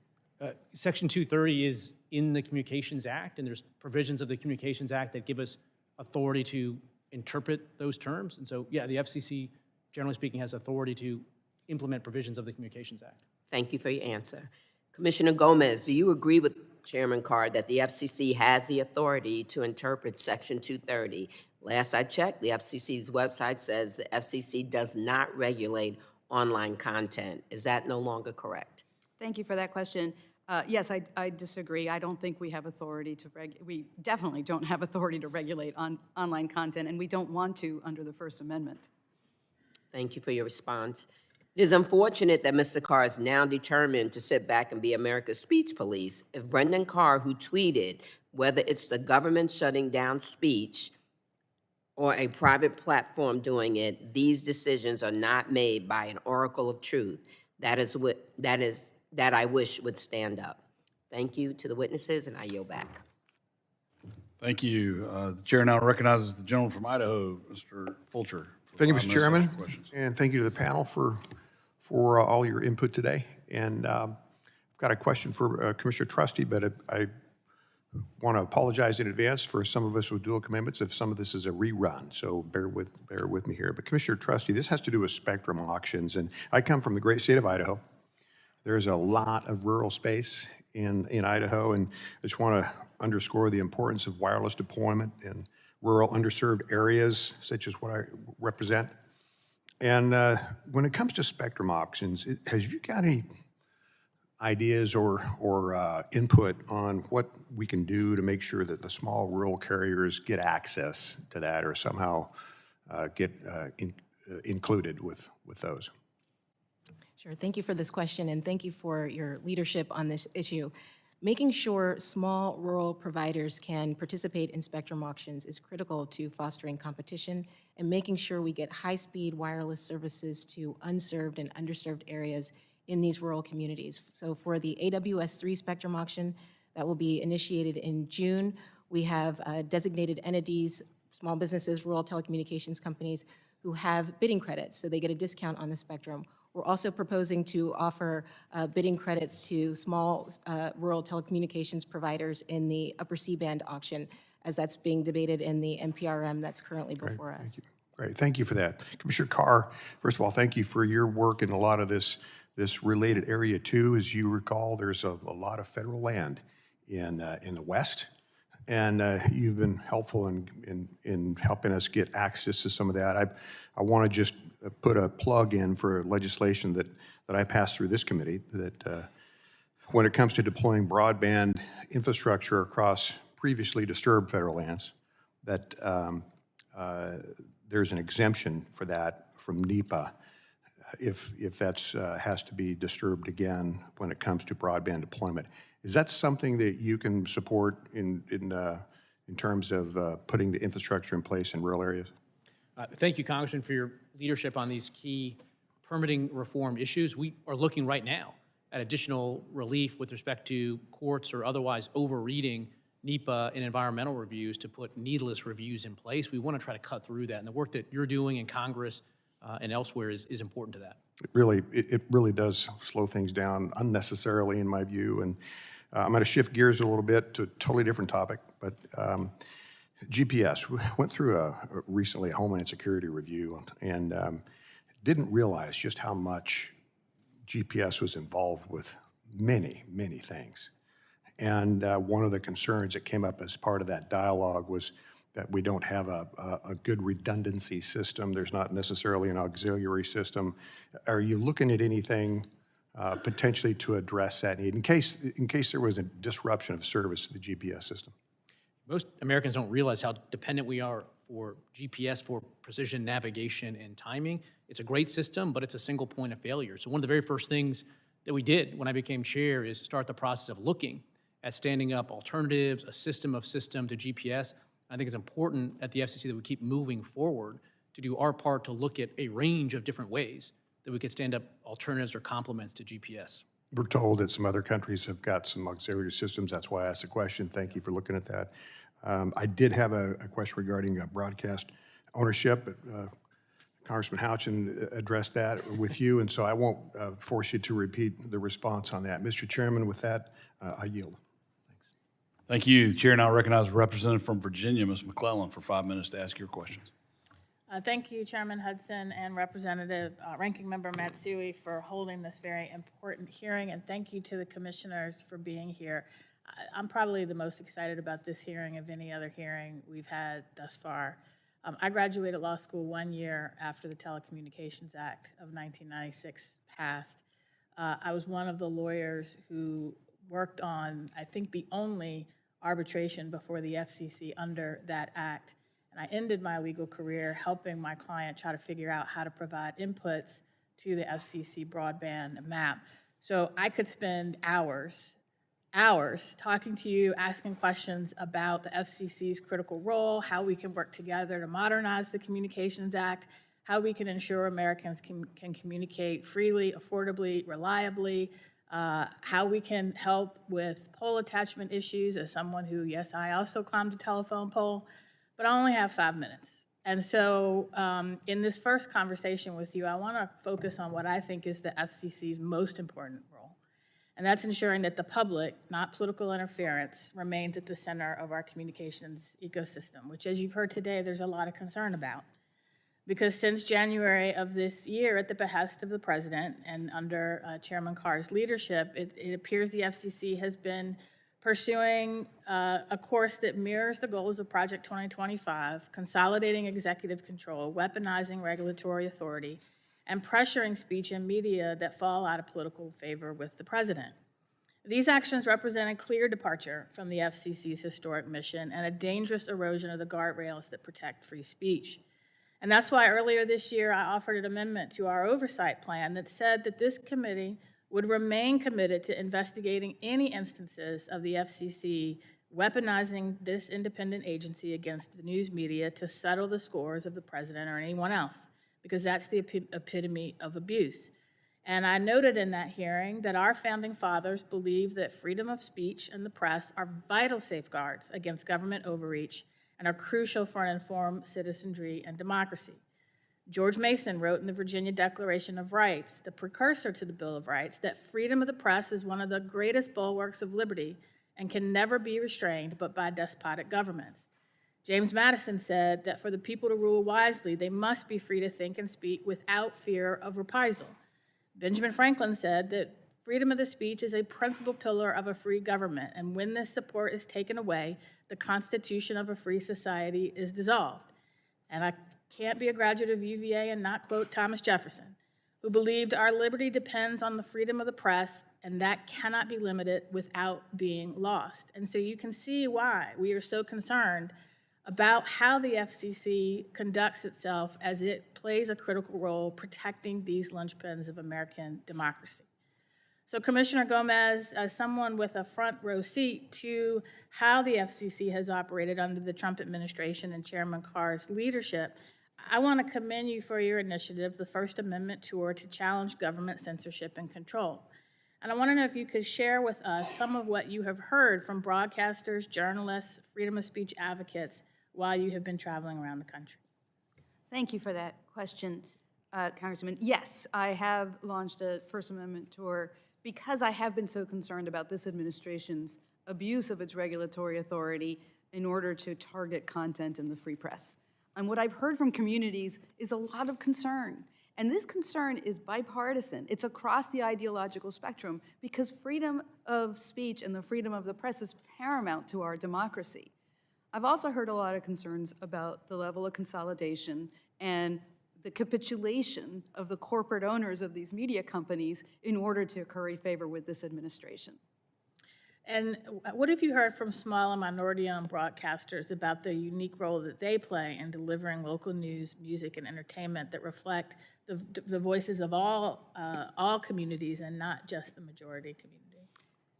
Small broadcasters are really the salt of the earth when it comes to serving their communities. And it's so important that we maintain a diversity of viewpoints that reflect the communities in which these broadcasters are serving. There's one thing I would like to correct for the record, and that is there are 4 national networks, ABC, CBS, NBC, and Fox, not just 2. And the local broadcasters that are seeking to merge are actually corporate behemoths, not small local broadcasters. Okay. I thank you for that. I hope this is the beginning of a beautiful friendship with all of you, and we have lots of geeking out that we can do. And with that, I yield back. Thank you, Chair. Now recognize the gentleman from New Jersey, Mr. Kane, for 5 minutes to ask your questions. Thank you, Mr. Chairman. Thank you, Chairman Carr, Commissioners Gomez and Trusty, for being here today. Chairman Carr, supporting first responders' ability to communicate with the public and with others is of critical importance.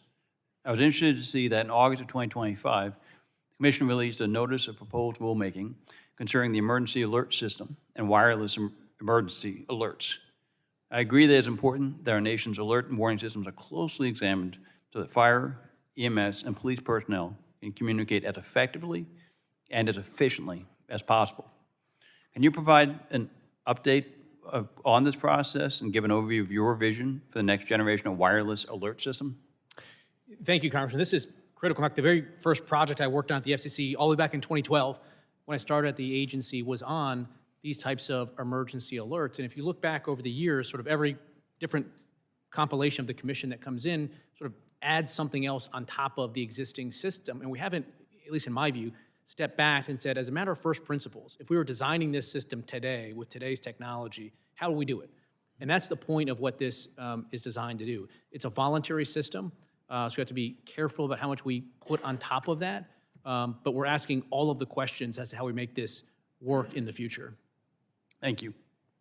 Chairman Carr, you spoke in support of direct-to-cell satellite connectivity. How can we strengthen coordination between the FCC and the private sector to expand the availability of direct-to-cell satellite communications?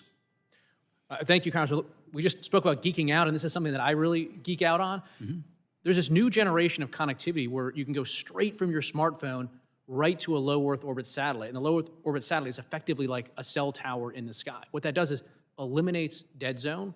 If we have enough spectrum capacity for that, you can get truly high-speed service right to your phone anywhere, or think about any type of device as well. And so what we're doing right now is positioning the United States to lead the world in this new technology by making sure that we have the spectrum resources and the regulatory framework for this direct-to-cell technology to really flourish and to flourish in America first. So I believe it's very important that U.S. maintain leadership in space. How can the FCC support updating regulations on satellite-based services within bodies like the International Telecommunications Union to remain dominant and to counteract anti-competitive efforts by other nations? One of the touchstones of our spectrum and satellite policy through the years has been reciprocity. We have a lot of US-based satellite providers, but there's a lot of European satellite providers that are doing business here in America.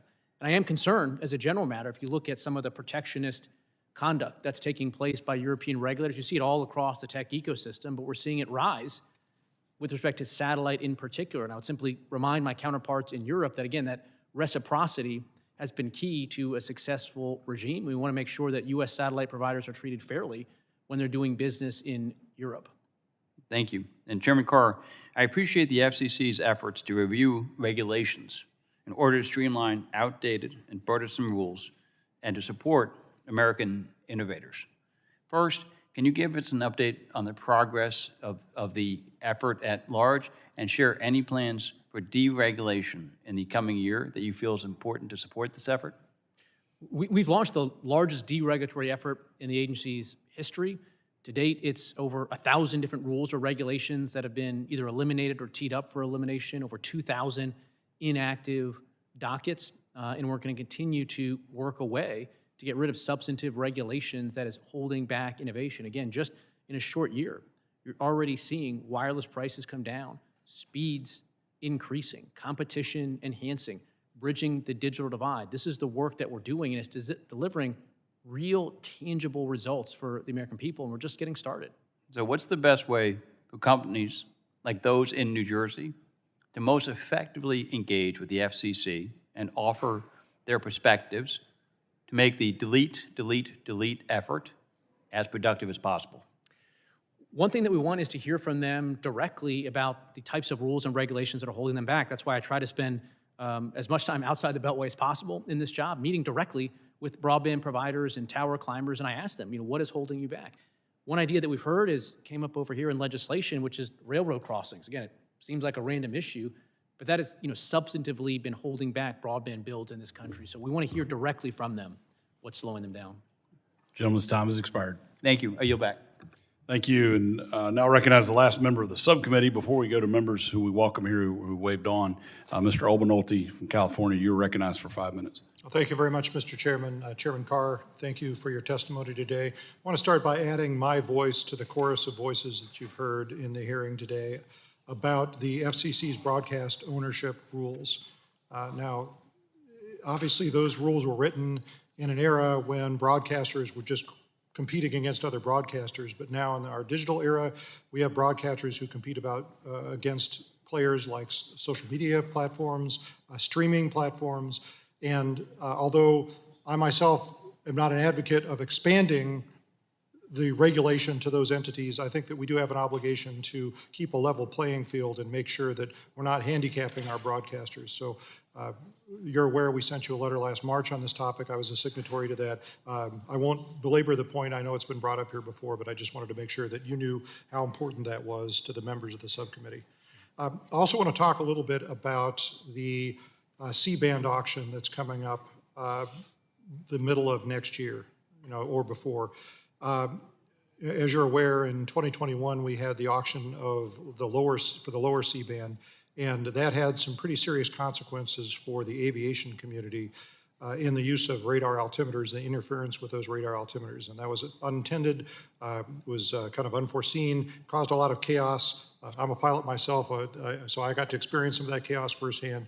And I know that there are things that we wish we had done differently. So as we approach this upcoming auction for upper C-band, what is the FCC planning to do differently to make sure that we don't get a recurrence of that?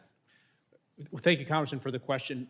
One thing that we're doing is working on the front end on deep collaboration and coordination with the aviation industry and our counterparts. So Administrator Bedford at the FAA, Secretary Duffy at DOT, the White House, myself, we are regularly in touch, regularly having meetings to work through this. We have a proceeding right now where we sought comment on precisely these types of issues. We have a mandate from Congress to free more than, or at least 100 megahertz of spectrum. That's going to likely necessitate new standards for radio altimeters, some retrofitting of radio altimeters, and we're working through all of those issues right now about what is the standard. In fact, the FAA itself is working through their own rulemaking process as well. And again, we're trying to line up all of these actions so we're ready to go at the middle of next summer. But it's probably the biggest effort inside the FCC in terms of the amount of brain power we have working on. I know that the media issues get a lot of attention because the media likes to talk about the media, but in terms of the work of the building, C-band and all of the issues that you're talking about is a big work stream for us. All right, I'm glad to hear it. If I could urge you to, as you prepare for the auction, to consider this issue of mandatory retrofits of radar altimeters. First of all, always keeping in mind that, to my understanding, we don't actually have a certified retrofit available yet. And even when we do, there's limited production capacity for those radar altimeters and limited avionics shop capacity. And so we have to have enough of a window to be able to retrofit the entire fleet that needs that new part to avoid that interference. And second of all, my understanding is that the bidders in this auction would likely be willing to bear the costs of those retrofits. And I think that that's fair, that if you're going to ask a community to retrofit something that they already bought, that the people that benefit, ought to help pay for that. And so if you could please keep those things in mind. And then in the time I have left, I want to talk a little bit about the spectrum and this seemingly insatiable demand for spectrum that's being driven by not just digital media consumption on portable devices, but newly now by AI and particularly generative AI. That's, if you look at it, it's going to be at least a linear increase in the number of the amount of spectrum that we use. In the most dire cases, it's exponential. So we are going to run out of spectrum if on the path that we're on. Can you talk us through how the FCC views this? Are we going to run out of spectrum? I know we've directed you to make more spectrum available. Is that going to be sufficient? What do you see the future hold? Yeah, right now the United States is a bit out of balance in terms of spectrum policy. We've taken a lot of good action on license. We've taken a lot of good action to have access on the federal side, to federal spectrum. But this high power commercial spectrum for next gen is where we really need to focus our efforts. That's why I think C-band and others are so important. To your point, we're seeing this hockey stick curve of demand historically, but now with AI coming online, we want AI to work directly on your smartphone. Well, that hockey stick just goes straight through the roof. And so we have to continue to bring more spectrum online, but also permitting reform, because if you can split cells by making it not onerous to build a new cell site, that can help take care of capacity as well. But we are facing potentially a shortfall of capacity a number of years from now, which is why this work we're doing right now is so important. All right, Gentleman's time has expired. Yeah, well, I yield back. Thank you. And the chair will remind the committee that we're pushing up on votes at 1:30. It is my intention to drive through, and we've got 3 members of our full committee who've waved on. I'd like to push through these. I would just ask everyone, please observe the time limits so we can get everyone's questions in. Chair recognizes the gentleman from New York, Mr. Tonko, for 5 minutes to ask your questions. Thank you, Chair Hudson and Ranking Member Matsui, for co-hosting this hearing, and welcome to our guests. My opinion, this hearing is long overdue. The actions of the Federal Communications Commission over the past year have been deeply troubling and demand serious oversight.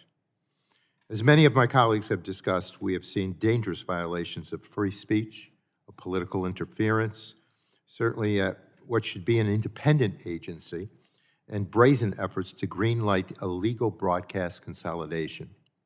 Today, I want to focus on the Commission's rollback of basic consumer protections. I listened with great interest to Ms. Castor's exchange with the panel as it relates to E-rate support. In 2024, when the FCC announced it was expanding E-rate support to include Wi-Fi on school buses and hotspot lending by schools and libraries, I was indeed thrilled. I have long advocated for this expansion as a practical way to narrow that homework gap and reach students who otherwise lack reliable broadband access. However, last year, the Commission reversed its course. I joined many of my colleagues in calling out that rollback, and I do it again here today. So Chairman Carr and Commissioner Trusty, I strongly urge you to reconsider your votes and reinstate that rule. This decision was cruel and I believe very much short-sighted. It strips students of the tools they need to succeed and widens that digital divide the Commission is charged with closing. Commissioner Gomez, in your testimony, you noted that E-rate support for buses and hotspots was one of the most effective tools the FCC had to ensure students across the country are not left behind in our digital economy. And I heard all of your remarks to Representative Castor, but from your perspective, what impact will students, educators, and libraries experience as a rollback with these E-rate expansions? And what does that mean for the FCC's obligation to ensure universal service? Yes, thank you for that question. Broadband connectivity is crucial to be able to participate in today's digital economy. In order for students to become ready for the digital future, in order for seniors to be able to make their health appointments, in order for people to apply for jobs, in order for veterans to be able to meet their health care as well. And yet, if you don't have access to broadband, we need the ability to provide affordable access to these students and to all these other folks that rely on broadband, because today, broadband is everywhere. Everything is done online. So losing access via hotspots means students can't do it to do homework. Losing the Wi-Fi means students can't do it while they're on their school buses. There are some states where students are on the school bus for 2 hours each way. Think about what they could do to do their homework on those buses, and we pulled that away. Thank you for the response. Last month, this committee held a hearing on public safety with witnesses emphasizing that emergency alerts must be effective for everyone, including individuals with language barriers. So it also is disappointing to have seen the FCC delay common sense safety reforms like multilingual emergency alerts. The Commission had to be sued by state attorneys general, including New York's Letitia James, for obstruction before publishing its rule on multilingual emergency alerts. And even now, provisions of that rule have been delayed indefinitely. So Commissioner Gomez, can you explain the risks that delayed multilingual alerts pose to our public safety? Yes, it is so important that everyone be able to get access to emergency alerts and that they be able to understand them. We can only save lives if people understand the emergency alerts. So we've squandered time. We have the Olympics and the World Cup coming next year, which is going to require a lot of people to get alerts if there is a public safety incident in language they might understand. So I am hopeful that we will move forward in order to ensure that everyone can understand the emergency alerts. Well, we see a lot of brutality in our streets and neighborhoods these days, so. Just a point of clarification, because I think this is important. Multilingual alerts could go out before, and they can go out today, and then go out tomorrow. So just to make sure we're not leaving people with the misimpression that alert originators can't send out multilingual alerts. They can, and we want them to. Okay. And it is true that is the case. What this does, what the FCC has paused, is actually making it easier and more frequent that they will be able to put those out. Because right now, the vast majority of alerts go out in English because it's the originators that put them out. Well, thank you. I had other questions. I'll get them to the committee, but let me just close and say that freedom of speech is the underpinning of our republic. Thank you. With that, I yield back. Thank the gentleman. Chair now recognizes the gentleman from Pennsylvania, Mr. Joyce, for 5 minutes to ask your question. Thank you, Chairman Hudson, for allowing me to join this very important hearing. The intersection of rural broadband and healthcare is critical to examine as we work together in expanding connectivity to all Americans. Chairman Carr, thank you for coming to Pennsylvania's 13th Congressional District. Thank you for meeting with the providers. Thank you for working with the poll workers and climbing those towers. Your personal impact and commitment is felt in Pennsylvania's 13th Congressional District. Rural districts, like the one you visited and I represent, are often left behind as broadband deployment accelerates across the country. Your personal commitment to not allow the rural areas to be left behind is important, and that resonates throughout America. As a doctor, I've seen the impact that the digital divide has on rural healthcare providers. Rural healthcare providers serve unique populations that are often underserved. We doctors who serve in rural areas often struggle to access telecommunications infrastructure and broadband that is essential to serve our patients. The RHC program offered by the FCC under the Universal Service Fund aims to provide funding to eligible care providers for telecommunications and broadband services necessary for the provision of health care today. The RHC program serves my constituents in Pennsylvania's 13th Congressional District. Connecting them and the funding and connectivity resources are important. It is crucial that we evaluate the efficiency and the effectiveness of the RHC program and how it contributes to the FCC's goal of connecting all of America. At WellSpan Health, the RHC program has allowed hospitals to maintain access to physical, behavioral, and maternal care in Pennsylvania's 13th Congressional District. Chairman Carr, as I've noted, you've visited the 13th Congressional District in Pennsylvania on more than one occasion, and you personally are keenly aware of the broadband challenges that the district faces, particularly in the healthcare industry. How do you measure the effectiveness in the RHC program and the impact of the program that we are seeing in rural communities in hospitals like WellSpan? Well, Congressman, thank you for the question, and thanks for your leadership for Pennsylvania and for your district. If you look back just the last 5 years alone, my understanding is that almost $2.5 million have flowed to your district for rural health care, and we're seeing those funds being put to use to make sure people can have access to next generation care, and we're working together to make sure that we expand rural broadband as well to further bolster access to health care and next-gen services for the good people in your community. As we are talking today, there are patients who are connecting with their doctors right now, receiving the care that, to your point, Chair Carr, that was not available 2.5 years ago. Telehealth is a tool that has become increasingly valuable, as I've noted, in rural areas, in underserved areas. In some areas, telehealth is the most accessible option for patients seeking care. Commissioner Trusty, you said in your written testimony that you have witnessed how broadband is delivering quality care straight into rural patients' homes through video.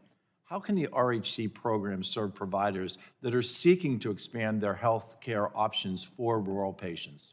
Thank you for the question, and also thank you for your leadership. So as you know, the Rural Healthcare Program ensures that rural patients have access to modern healthcare or telehealth.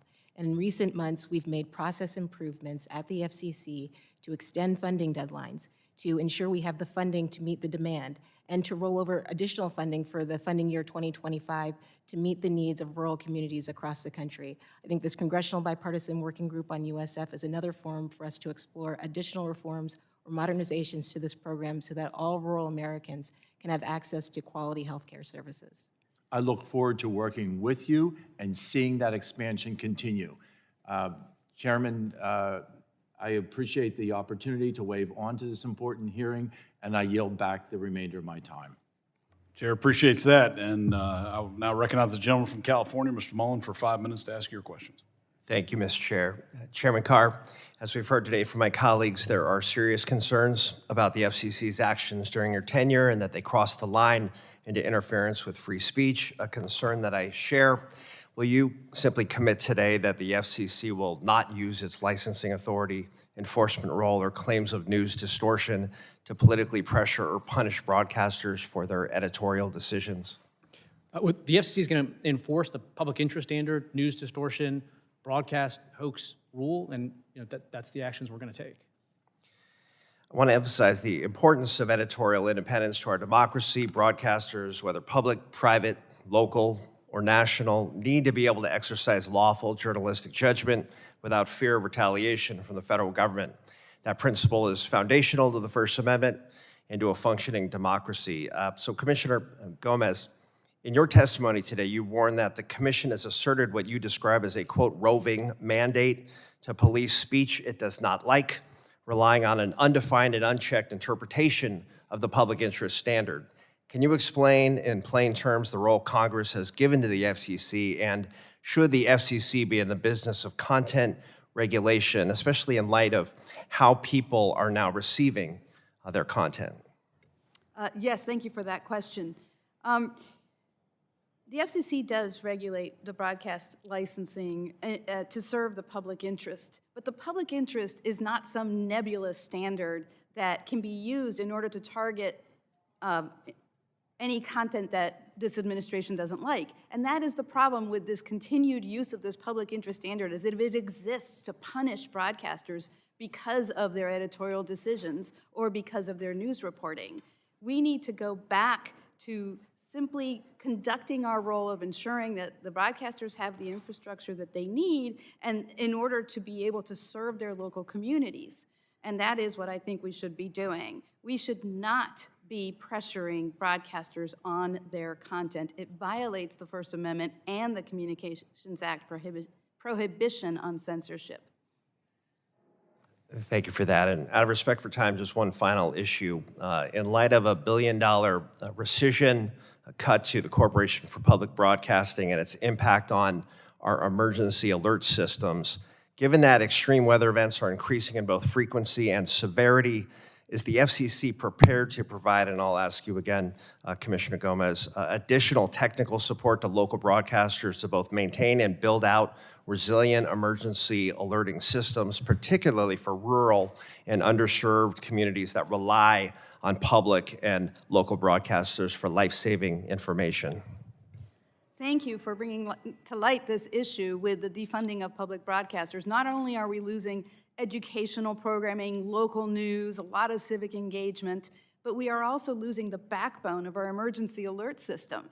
And I am unaware that the FCC has any activities to address this issue, but it's something that we really need to consider. I would urge Congress to refund public media because of the important services that they provide, both from a public safety perspective and also to their local communities.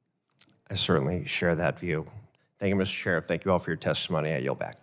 Thank you. Ask unanimous consent to insert in the record the documents included on the staff hearing documents list. Without objection, so ordered. Seeing there are no further members wishing to be recognized, I'd like to thank our witnesses for being here today. I remind members they have 10 business days to submit questions for the record, and I ask the witnesses to respond to those questions promptly. Members should submit their questions by the close of business on January 28th, 2026, which tells me I have 10 days till my mother's birthday because it's the 28th. Without objection, the subcommittee is adjourned.